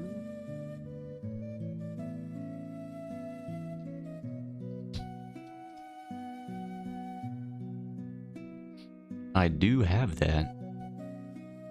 Yes, I found a lot of character designs that fit into my aesthetic. It's a good one. Oh yeah, especially if you're into like muscle mommies. Dude, Pinterest has you set for days, honest, months. You could scroll for months and not find all of them. There are so many.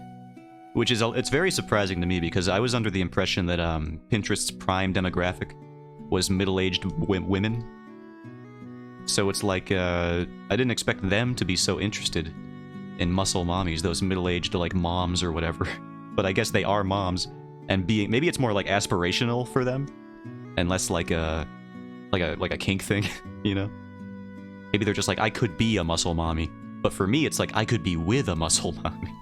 That's why I'm here. I'm just scoping it out. In admiration. Spoiling me? I'm finna act up? Absolutely. There's so many.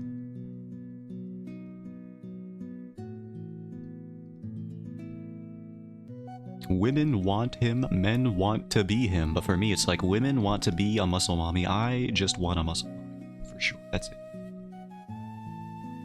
Is that so much to ask? The answer is yes. They're like top of the food chain in terms of like potential partners. So it's like everyone's gonna want one. You have to really stand out, alright?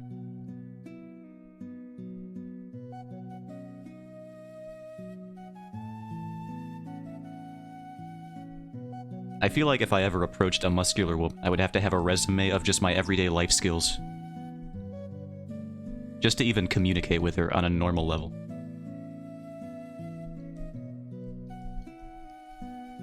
Otherwise it would be like, I'm sorry I'm even wasting your time being here.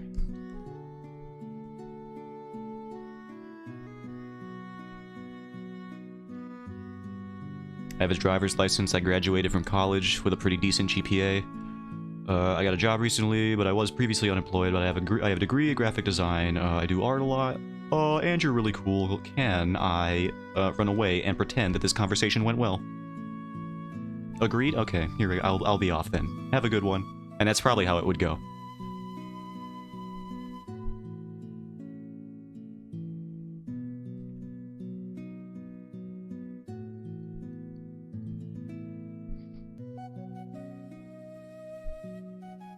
Listen.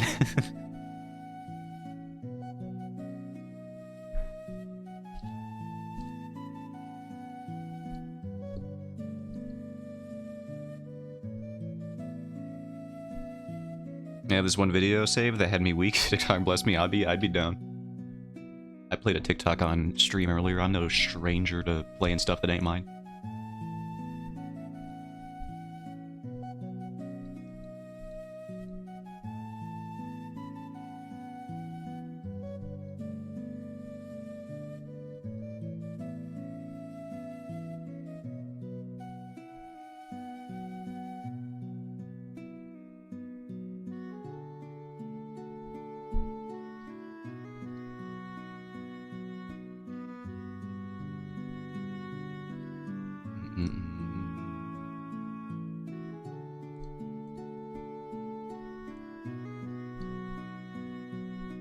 TikTok has been known to have bangers occasionally.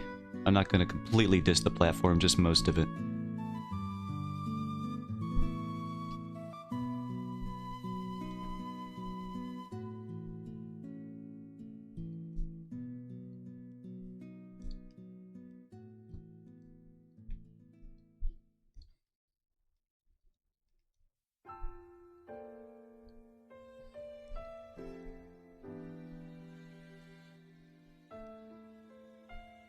Honestly, if I were to get with a muscle mommy, it would be the most, like, dichotomous relationship that ever existed, because I am a paper towel of a human being. If I turn sideways, you miss me in public. Like, where did Zotan go? Oh, there he is. Sorry, I just walked past. You have to catch me from the right angle type thing to even know that I'm there.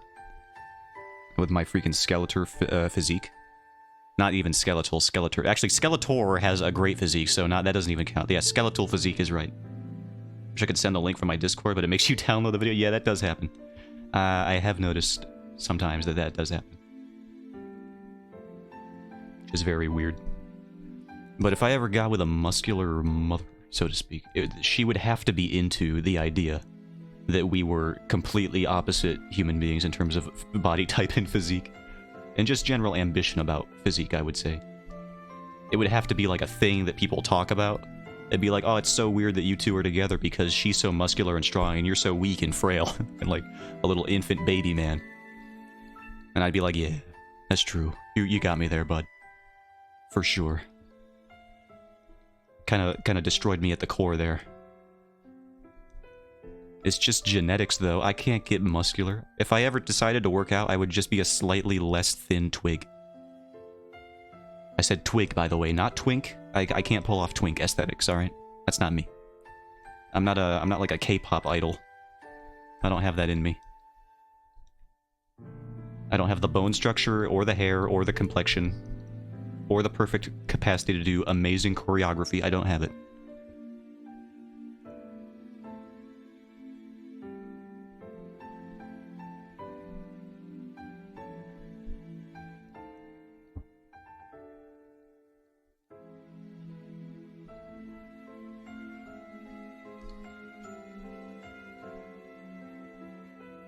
Okay, I did the thing. Did you do the thing? Oh, there it is. Okay. Thank you. Let's take a Gandalf. Let's take a Gandalf, shall we? Pause. There we go. Oh my god, what is this vibe? There is some strong energy coming off of this TikTok, I will say that. Just immediately, first impressions. There's some crazy stuff going on. In case you were wondering. Yeah, this is... Yeah, that's a vibe. Very strong. Alright, let's take a look. We'll begin the curl-ups now. Ready? Begin.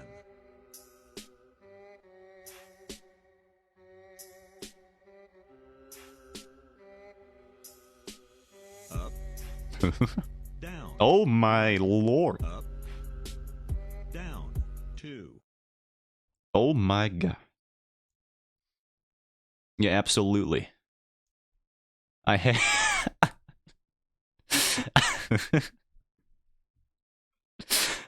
Leonard Simon might be the funniest man on the planet.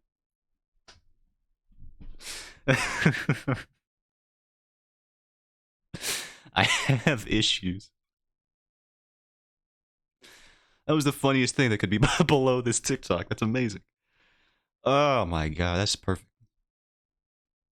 I've learned some new things about myself today. Like, that's probably how I would have phrased the joke. But Leonard over here, I have issues, black heart is the funniest way that could be phrased. I was sweeping my sink, love that. I was like, mommy?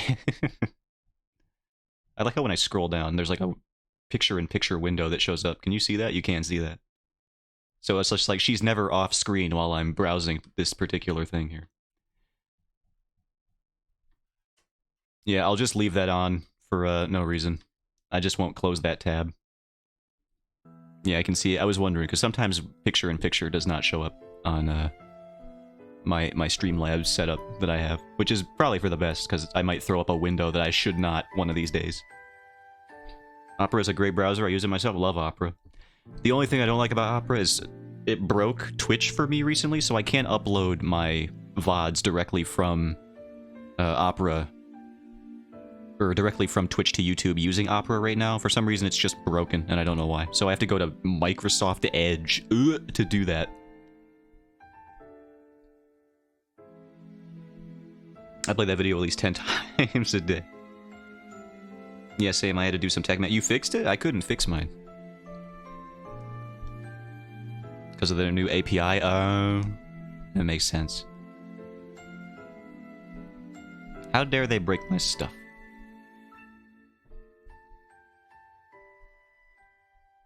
I tried all the suggestions on Reddit and just the internet at large, and nobody could really fix it for me. I'm just kind of...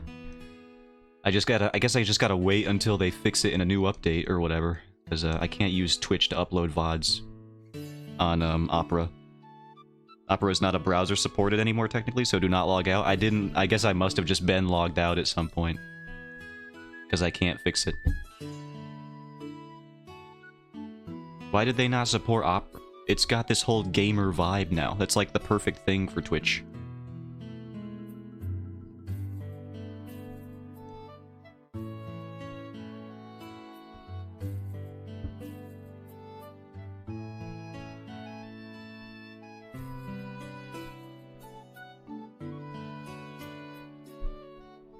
Some new update, I don't know, is weird. Yeah, that's unfortunate. Otherwise, it's like a really great browser. Also, it's just like... You go here. Whoops, I opened up that. And you're on this screen, and you got a little lady here. Oh, that's so loud. Oh my... It's so loud. Alright, how do I turn the lights on again? Oh, yeah. And here's the little avatar lady. And you can feed her cookies. If she's hungry, and she's not, but she could be. Eat the... My Opera Tamagotchi. Yeah, that is what it is. Ooh. Did I get that? I forget. Tell me what that's for, I forget. The greatest thing ever. Turn her screensaver on. Oh, get out of here, pop-up ads. I'm gonna be a VTuber? Alright, why don't you go back in the hole then? You think about your hopes and dreams, and then I'll come back when you're ready to be a doctor. Anyway, me and her have a very interesting relationship. Me and my Tamagotchi. Yeah, the pop-up ads.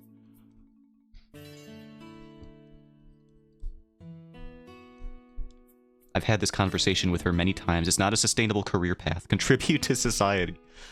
Do real on-the-ground labor, field work that benefits us all. Don't just be another entertainer like your uncle, alright? Don't... Where did that ever get him? That's right, jail. Think about it.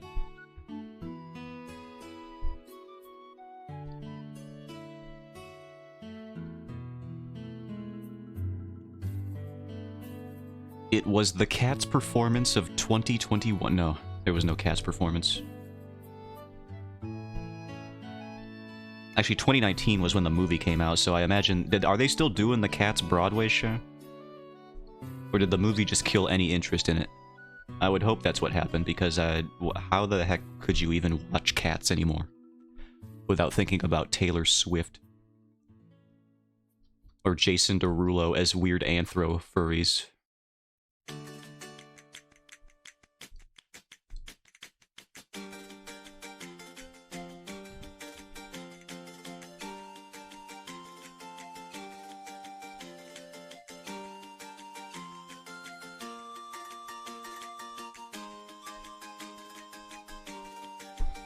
Jason Derulo.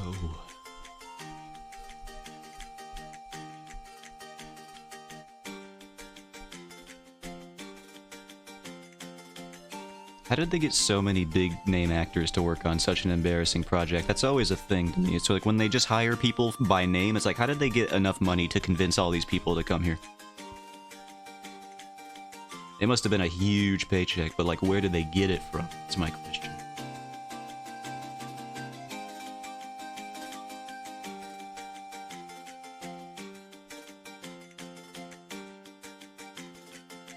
Screaming his name in pain because he literally says it in like every song. Yeah.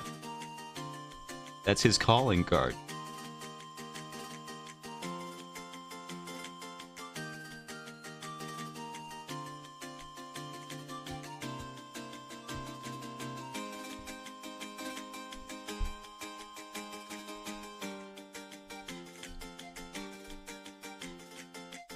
I love this jaunty little tune. This little Wind Waker type beat going on here. Do you think anyone's ever rapped over a Wind Waker song? I bet it's happened. Like, I don't even know why I asked the question. It for sure has happened. There's probably like a million raps over a Wind Waker type beat on like SoundCloud.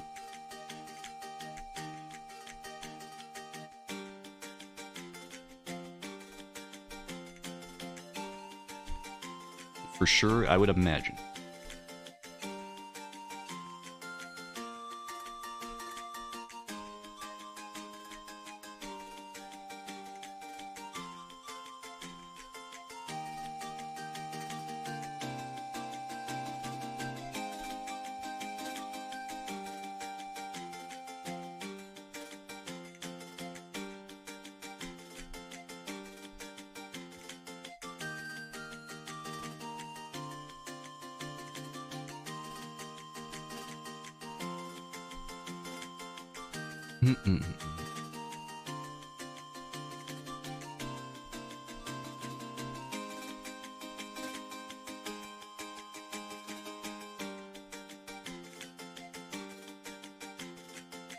Trying to figure out how to make this face fit in this frame right. I guess the mustache would be visible here a little bit.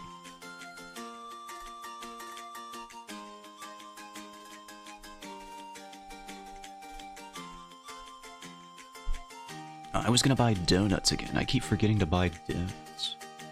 The store that I work at, they're stocking up on like apple cider donuts. I brought them up, but the only reason I did bring them up is because the store I work at is now supplying them all over the place, and I'm like, well, now I simply am going to buy them. This is like exposure therapy. I'm gonna get used to the apple cider donuts, the idea of them, and then I'm just gonna become comfortable enough to buy them.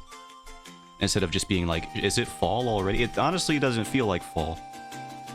It's still freaking hot over here. And this is New York, by the way. I'm pretty north in regards to the continental United States. And it's still too dang hot. Like, I was sweating yesterday at night when the sun is down. Love some apple cider donuts, they're great. Love them. And then it's like, even if you have them with more apple cider, it's still not enough apple flavor. It's great. They're just like subdued enough that you could just have you could have apple cider and apple cider donuts at the same time, and it makes both better. Both are better for it.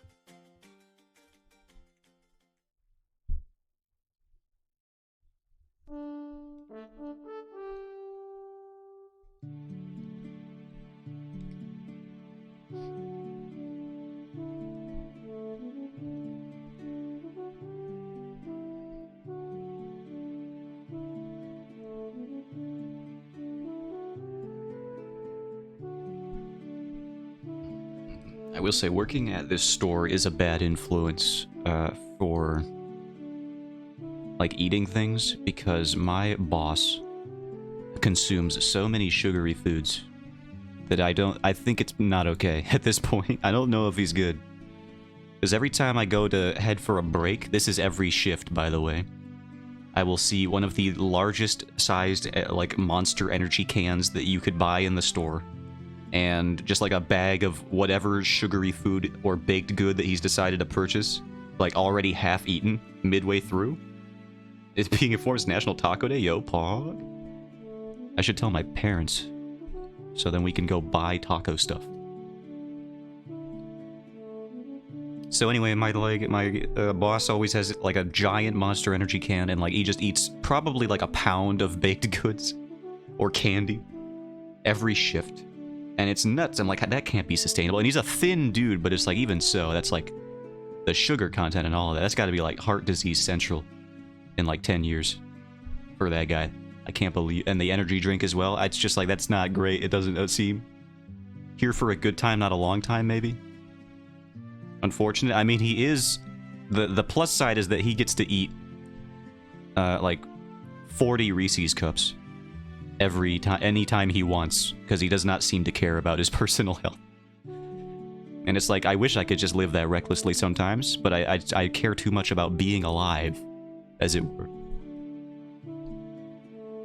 The dude just eats cookies and cake and candy all the time and just a giant energy drink, and it's like, oh my god, how do you do that? Every shift I come in, he has those. Just laying on the service desk at the front of the store. Like, how do you do that?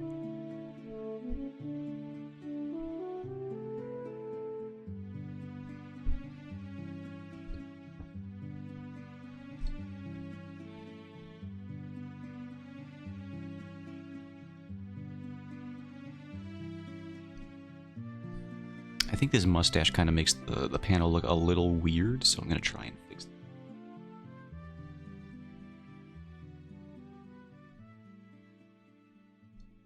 it. Maybe it is the angle of it. Maybe it is in fact the angle of the dangle.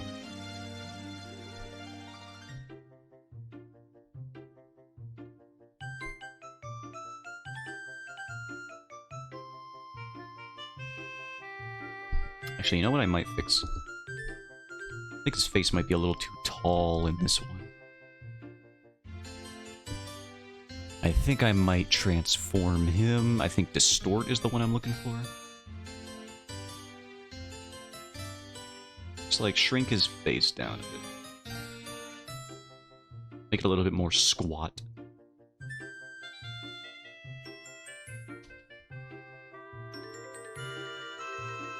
That looks better. He was a little too long in the face region.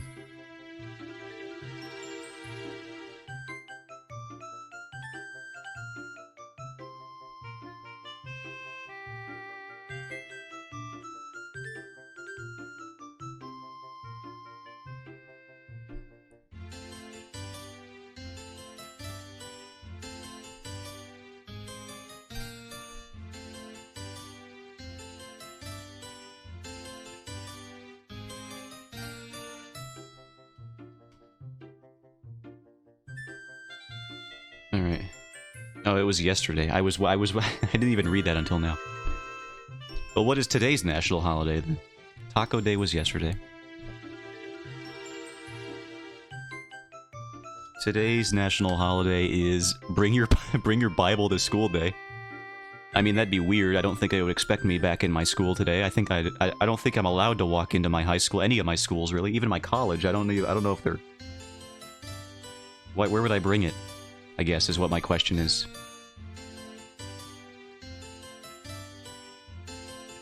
National Above the Bus Day? What? What does that mean? Do I have to tie myself to the top, or what's that? Oh, it's National Be Nice Day. National Depression Screening Day. Super cool. National Do Something Nice Day. Is today's narrative just be nice to depressed people and also figure out if you're depressed? No. National Get Funky Day. Cool. I could do that. I could put on something funky.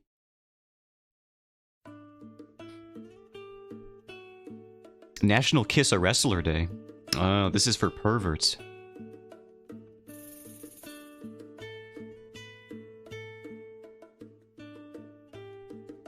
National Military Podcast Day? What the heck are you even talking about? World Meningitis Day. Oh no, meningitis is a human disease. Kiss a wrestler? Well then. I guess we'll have to seek out muscle mommies sooner than expected proof. And not only do we, that's a lot of pressure. What a national holiday that is. That's like so much pressure. Not only do you have to find a wrestler, you have to woo them in one day. This is like Groundhog's Day type stuff. I'm not Bill Murray. I don't have natural charisma to just get anyone I want in a day. Like, come on. I have to kiss a wrestler? I'm assuming consensually, otherwise that is a messed up holiday, let's be real. I don't think they would make a national holiday out of sexual harassment and assault. So, like, that's crazy that they're doing that. It's Jesse Eisenberg's birthday, apparently. Ripley can rip me in half. I'll gladly do it. Neil deGrasse Tyson's birthday. Who cares about this? Steve Miller. With consent, absolutely with consent.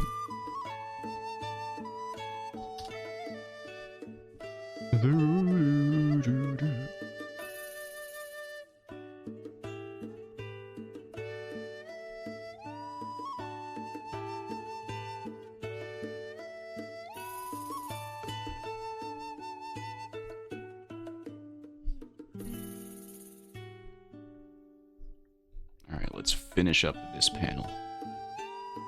I don't think we'll finish the page today, but at least on stream, but I will try to finish this panel here.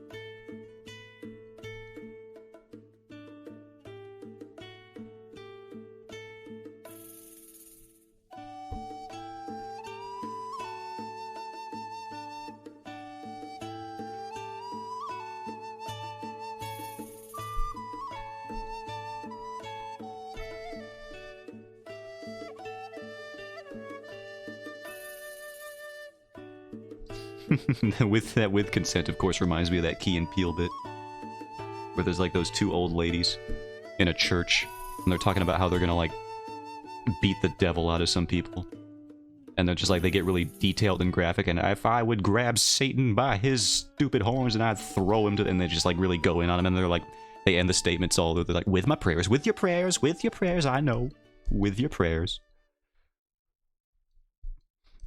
They would beat Satan to death with their prayers. It's just, it's such a good, that bit is amazing, by the way.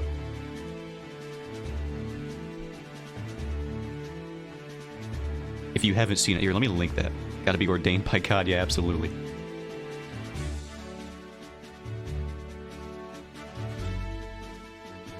Two church ladies versus Satan. This bit is amazing. I love this one.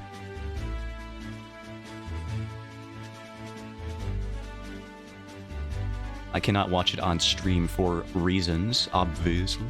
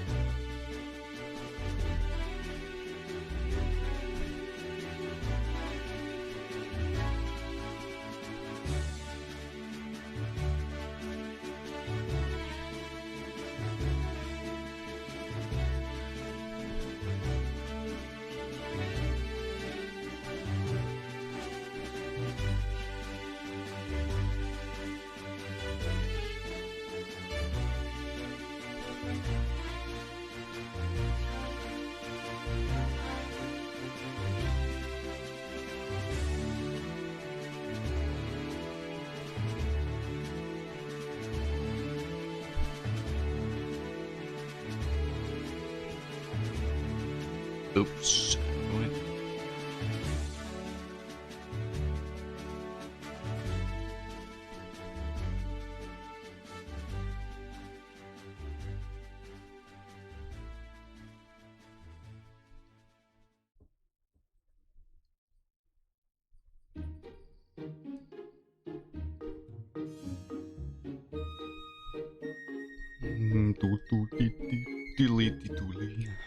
Alright, let's do this part now.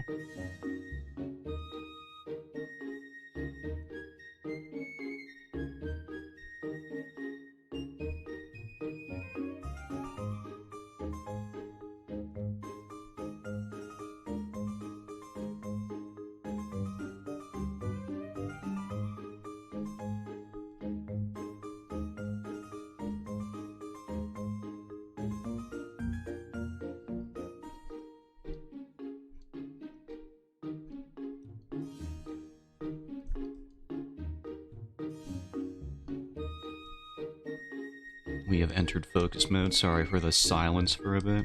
I really just want to get this panel done before I stop paying attention, because when you're streaming, anything could happen.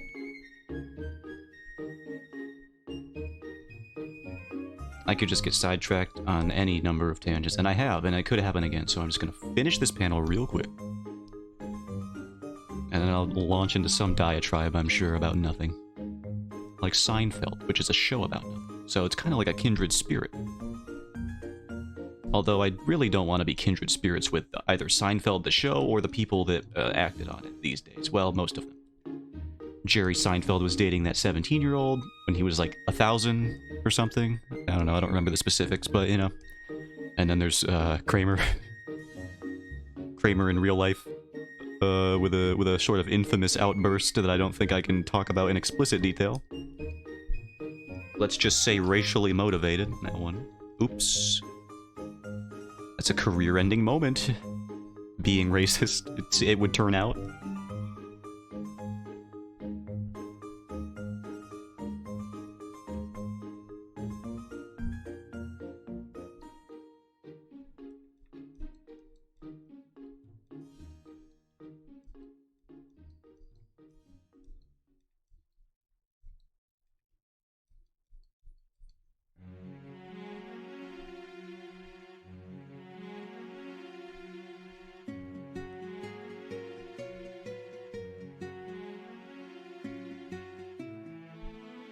People do enjoy showing you who they are eventually, yeah.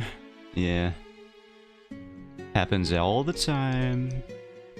Especially if you're a Minecraft YouTuber, like, oh my, can a single one of them just be chill for like a second? Like, my god. Is it that hard? The only Minecraft YouTuber I actually trust is Tommy Innit, because he was a child when he became famous, basically. So it's like, he can't be a weirdo.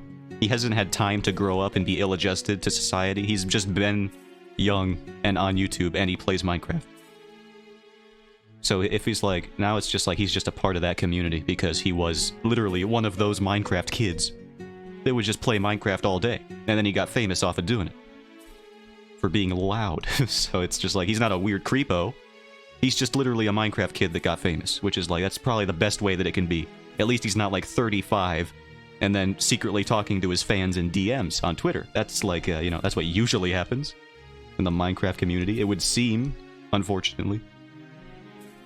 Is it too hard to just play Minecraft and be a normal human being? It's like Smash Bros, dude. All the Smash Bros players got outed that one year for being a bunch of sicko weirdos. And it's like, can you just, like, not... I enjoyed watching this game competitively, but now everyone's weird. Now the vibes are all off, man. I think a similar thing happened in the Pokemon community, the competitive Pokemon community. Basically any game meant for children, it's like, I guess we should just expect that this is gonna happen. Which is sad. We shouldn't have to expect that, but... Facts, apparently.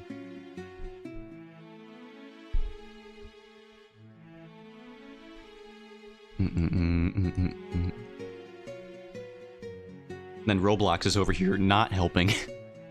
Roblox wants to include that 17 plus dating dating app basically into their services of Roblox. Like, what are you doing? What is wrong with you? There are already confirmed cases of like weird servers where creepos hang out and try to groom children, like in your game, and you're gonna do this? That was the CEO on stage too. This isn't like a rumor or like an unconfirmed thing. This was a CEO doing a live presentation on a stage for like some investor thing, trying to garner hype and whatever. And he announced a freaking yeah. Chris Hansen must be a boy. Don't get Chris Hansen on the case. Chris Hansen used to be cool, but he just ever since he floundered that Onision case, I don't trust him. He cannot handle cases with the same level of dexterity that he used to.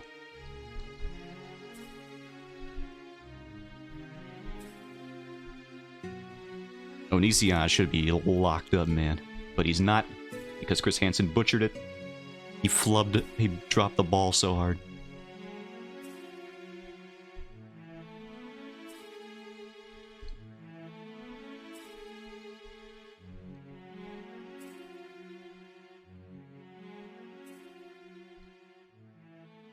Onion San, what a name I haven't heard of. Maybe like 2011. Oh, then you must have been You got out before the going got rough then, in that case.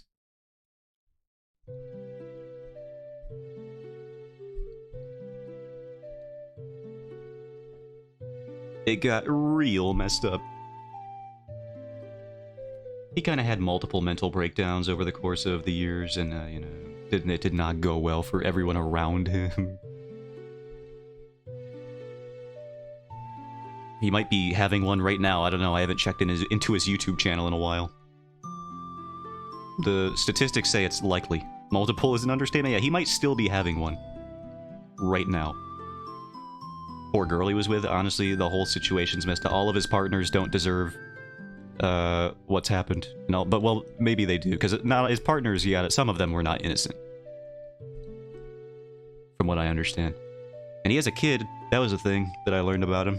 He should not have one, but he does. And there's like a bunch of videos on YouTube where you can hear him yelling in the background at some person, and it's like, I'm assuming that's his child, and that's not great. That's not a great look.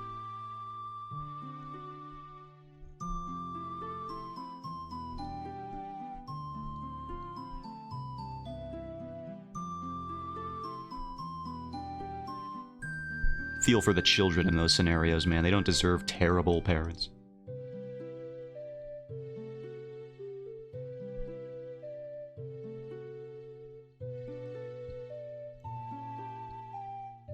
Nobody deserves Onision as a parent. Oh my god.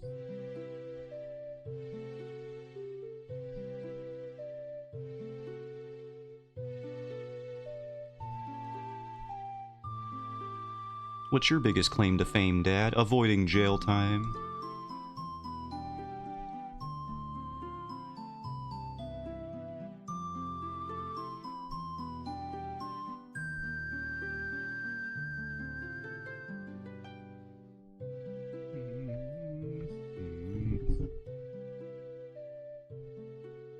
Oh wait, no, he danced like a banana. That was a thing he did as well.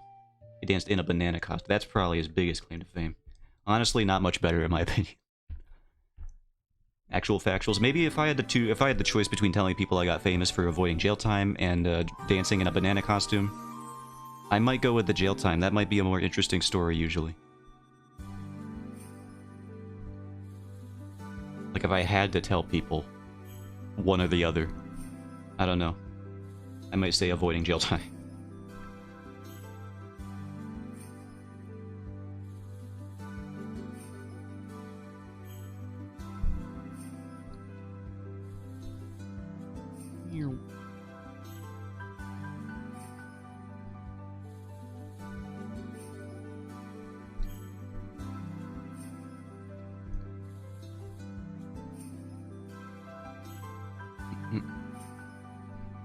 Oh yeah, this is the thing I gotta do. I gotta do this over here. This gives a little bit more dimension to the face. I gotta put it there. It's important.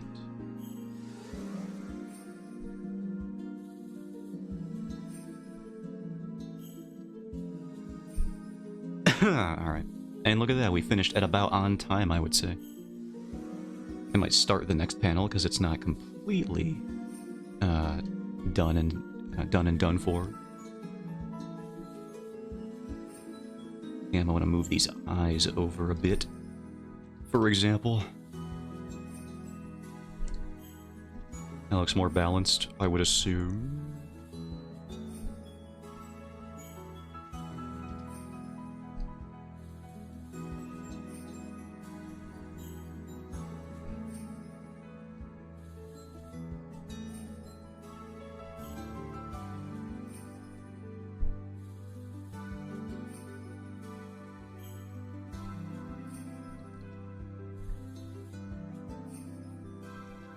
I also should go even just a tiny bit longer. See if Magpie shows up, because I know he said he might. So I didn't want to like just miss him. Just miss him. So we'll see. I'll go for like a second. We'll go until like 2.5. Maybe like 2.5 hours, or I'm at like 2:20 minutes right now.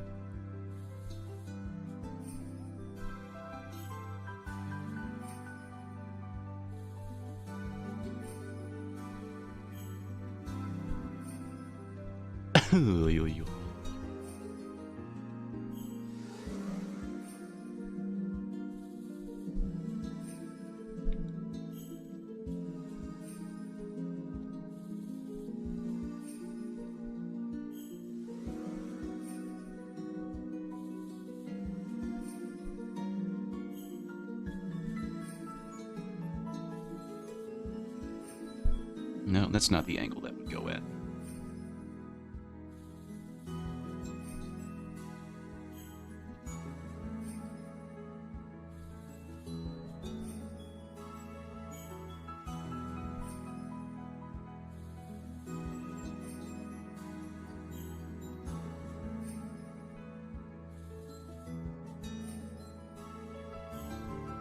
Oh yeah, I was talking about how I got that water pick delivered today earlier.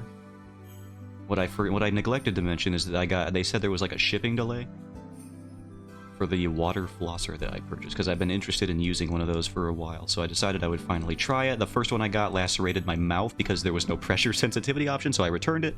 I got a new one, and it arrived today at like 5:30 in the morning. My dad was heading off to work and then brought it inside, and then he said, like, yeah, they were pulling out of the driveway as he was about to leave for work. And I'm like, Amazon's got people running shifts at like 5:30 a.m.? That is rough, brother. Oh my god.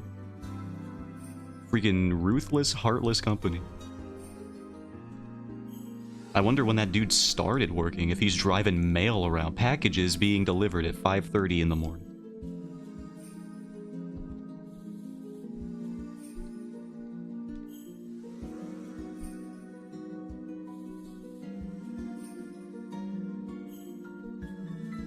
I mean, I guess I shouldn't expect much more from the company that made people pee in bottles just to save time and meet their quotas.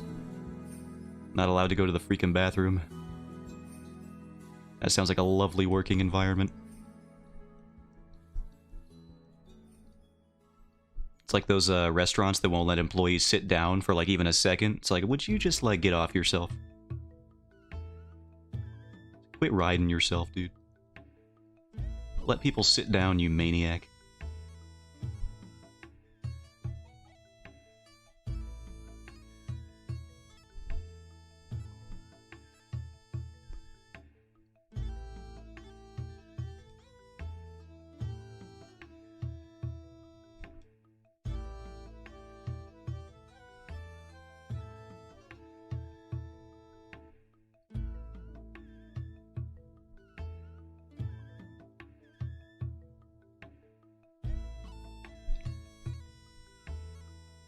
And I've said it before and I'll say it again. Billionaires.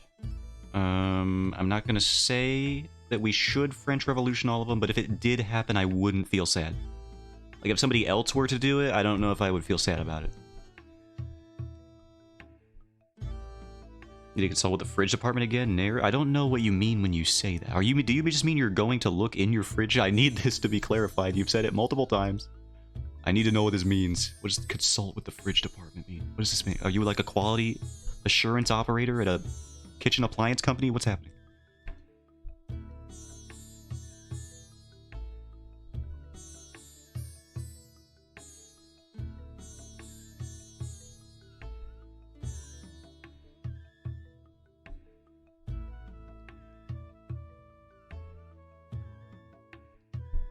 Yeah, I'm gonna hunt food in the lands of cold. Oh, I see you're going to the hinterlands to hunt wild boar. I get it. You could have just said it in terms I'd understand.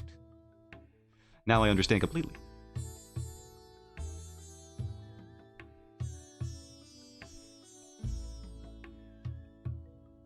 Why didn't you just say so?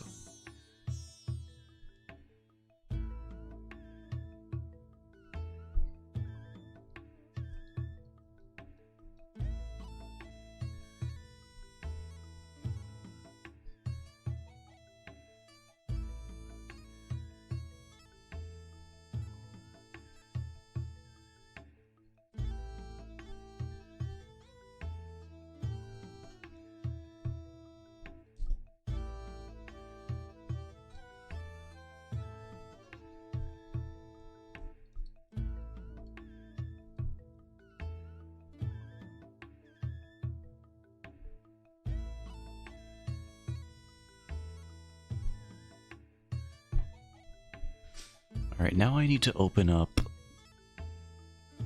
what these cardinal dudes look like. At least their main deal here. Alright, here they are. They look like this. At least the one in the bottom left is the most accurate. I have since changed the shoulder plate design. Well, this is generally what we're working with here.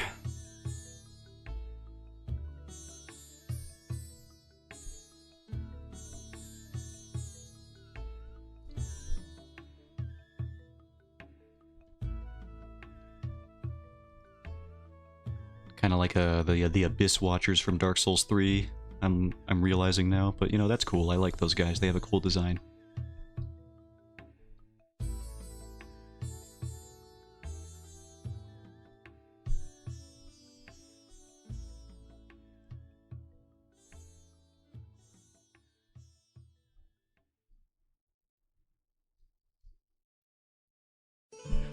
I do love Farron's Legion. Yeah, they got some dope armor.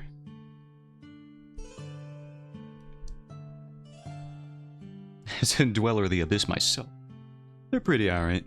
Most of the Abyss Dwellers, you'll know when you meet a chill one, because most of them are just maniacs.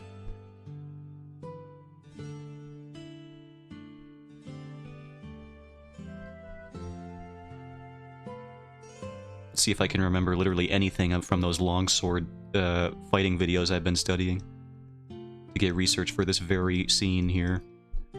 And future scenes, not just this one. It's an investment of my time to learn stuff.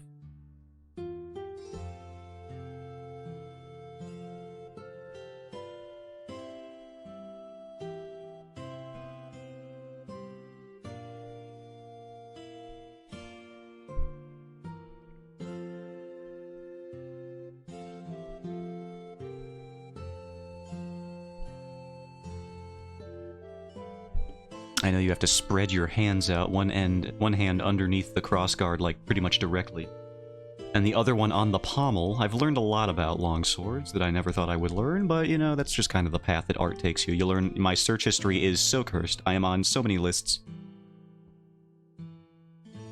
and they probably think I'm a maniac. They just, you know, they're probably trying to convict me, but they just don't have enough evidence. My FBI guy's like, this dude's definitely some kind of sword serial killer. We just haven't had anything noticeable to get him on yet. One of these days they'll try and they'll make an attempt on me, I'm sure. When I start buying replicas so that I have a reference point for what they look like in real life, that's when they're gonna get me. They're like, alright, he's acting on something. We gotta get this fool before he does something crazy. It's like, no, I draw things. I just wanted to see what it looked like in the real world. You can't get me on that, officer.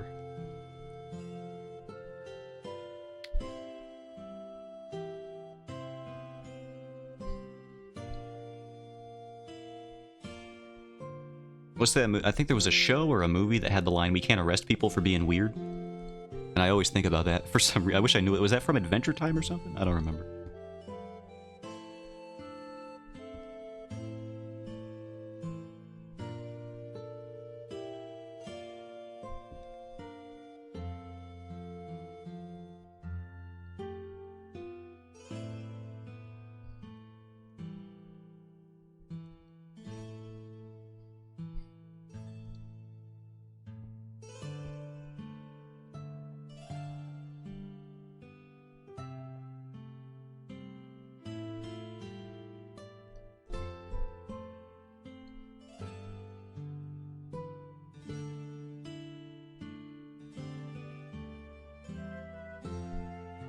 Is this even like a real guard here? I don't think it is. Let's try adjusting it. Maybe down here is it a better one? I kind of like that more. I looked up resting guard positions that you can utilize with a longsword. Trying to remember if this is even a real one or not. Doesn't have to be. He's not engaging in active fencing right now, so it's like, you know.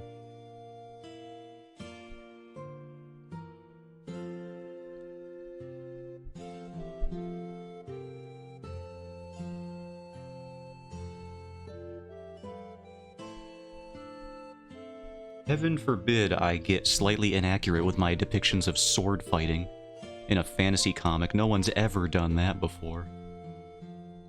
It's not like my favorite comic of all time, Berserk, has ever been slightly inaccurate when it comes to swordplay. No, no, no, no, no. It's always been 100% accurate to history and the manuscripts and all that. For sure.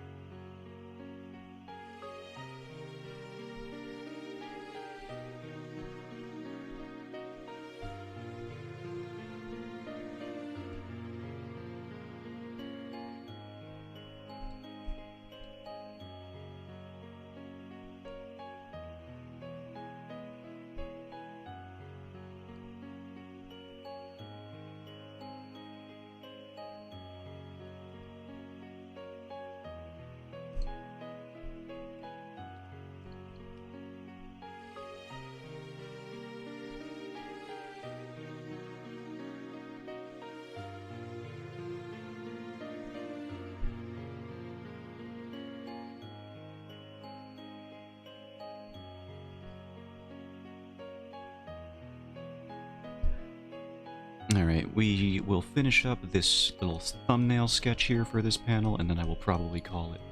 Not a magpie in sight, so I wonder what I think they might have wanted to talk to me about something, but I don't know. Maybe he just had free time that he thought he might have and didn't end up having it.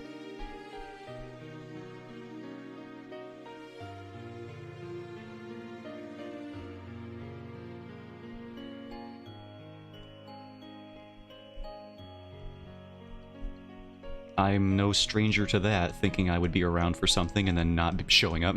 That's definitely a thing I do.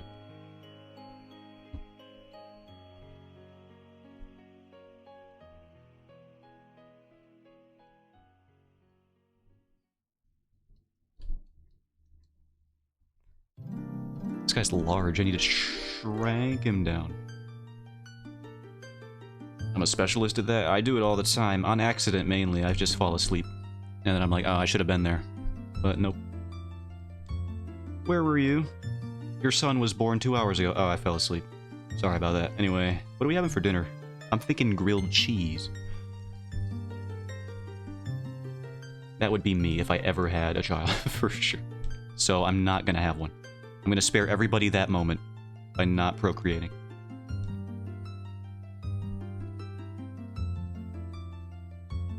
I haven't had a grilled cheese in forever. It's the perfect time after your potential wife gets pregnant and has your child, you know? Grilled cheese. It's a celebratory grilled cheese sandwich.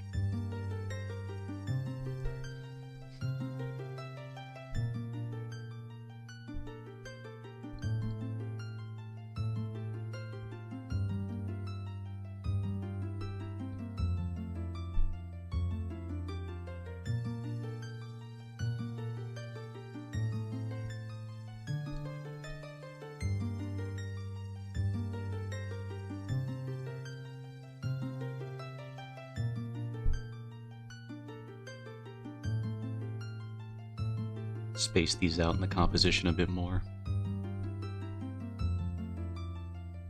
There's going to be like fog obscuring some of them so I can really work in the negative space where I need to. Even right here I could do it.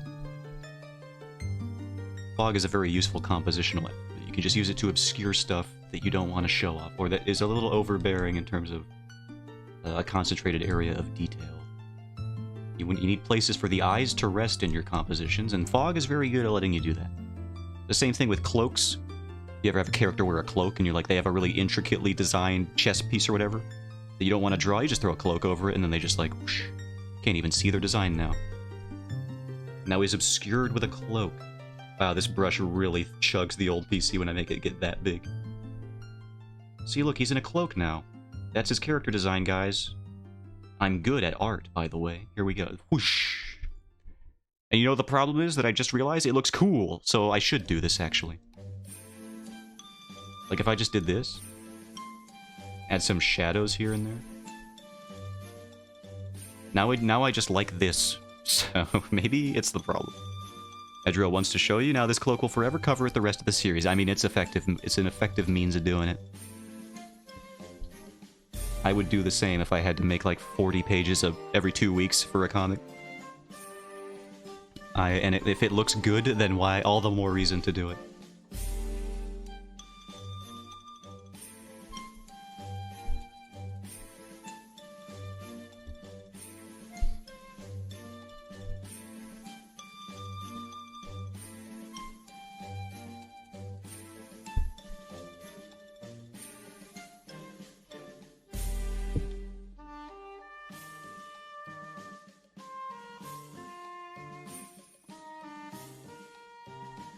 I think if we just tilt this man a little bit more, then the composition will be good.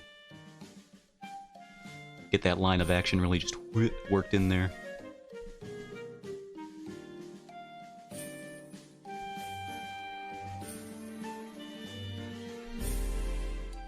Yeah, that looks good. Because now these lines of action, this is something I did learn from an illustration class, which is useful. If the lines of actions converge off the center of a page, then you can imagine like a parallel, or like a line that is perpendicular to that point.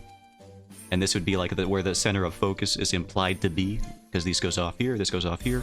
Or they meet off screen, that the center down here, it would create a vertical line right like that. And this would be where the focus is, like right between these two characters. I think that's good. So I actually might just keep that there for my own reference. You can do the same thing with horizontal lines of action. Like if there was a diverging point here with like a background, like a building or something. And then like some other compositional element that like went like this. Or like maybe here rather. And they got here. Then the horizontal converging point would be around here. And you can generally do that to like focus on a character's eye line, which is good to direct attention towards. So maybe it would be like, here I have to find out where that would be. It would be like that. And then some compositional elements would like create that sort of horizontal. And that helps you guide your eye even with elements that lead off screen. You can create these lines of action. As if you imagine these converging points here. That was something I learned from an illustration class, and it actually seems to hold true. Like, I don't take advice just at face value. I like to apply it and see if it works. And that one seemed to be pretty... It seems pretty consistent in terms of guiding the eye around a composition, at least in my experience. So that's an art tutorial that I can provide to you. That is at least one thing I learned. I drew it once. Oh, I already read that. I already read that one. I'm not gonna read it twice. You almost got me by not doing anything. How dare you? Knowledge. Art is a very technical thing. People don't like to admit it, but it is.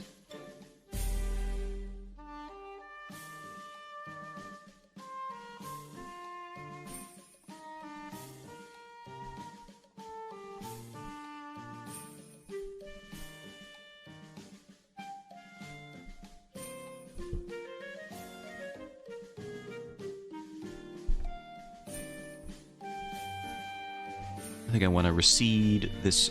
His brow is so defined here. Hold on, I need to touch that up, and then I will go offline for today. It's because his brow line is just like, it's so far.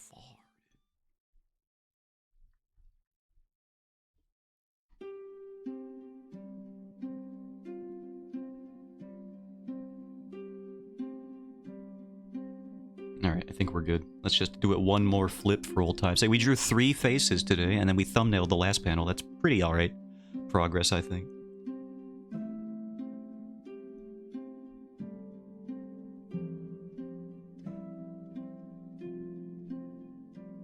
Pretty good. Line art is so slow for me, man. I wish I was faster at it. But I just don't know what takes me so long is the problem. Honestly, I think these first chapters, they will take me longer than the average chapter, simply because there's so many of these black-haired characters that I have. Like this black hair technique that I've done, where I kind of paint it in and like sculpt it as if it were clay. It takes so long compared to just drawing hair like, hair, done. But no, it's like I gotta painstakingly go in and do every brush stroke, and it's like maybe I've shot myself in the foot for this prologue. But on the plus side, there's less black-haired characters in the future chapters, so that'll go by quicker, I think. All these like heavy black shapes that I have to plan out. He has a fine physique. He also does have a fine physique, as we discovered last stream, when I drew him without a shirt and in a towel, as if he were at a hot spring. But not everybody was there for that, unfortunately.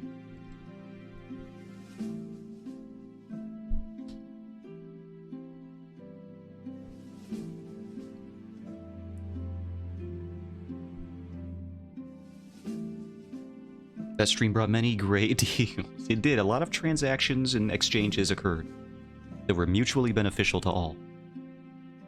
Did you ever finish that, or did you say you finished it last time? Yeah.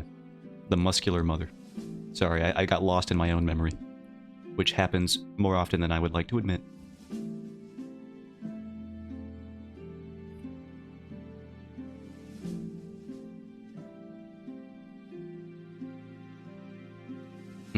I thought I had the tab open still. Apparently not. Sad days. But with that, that's probably all I'm going to do for today. Thank you for stopping by. I'm about to work on it. Nice. Berserk form, new character. Ah, I see.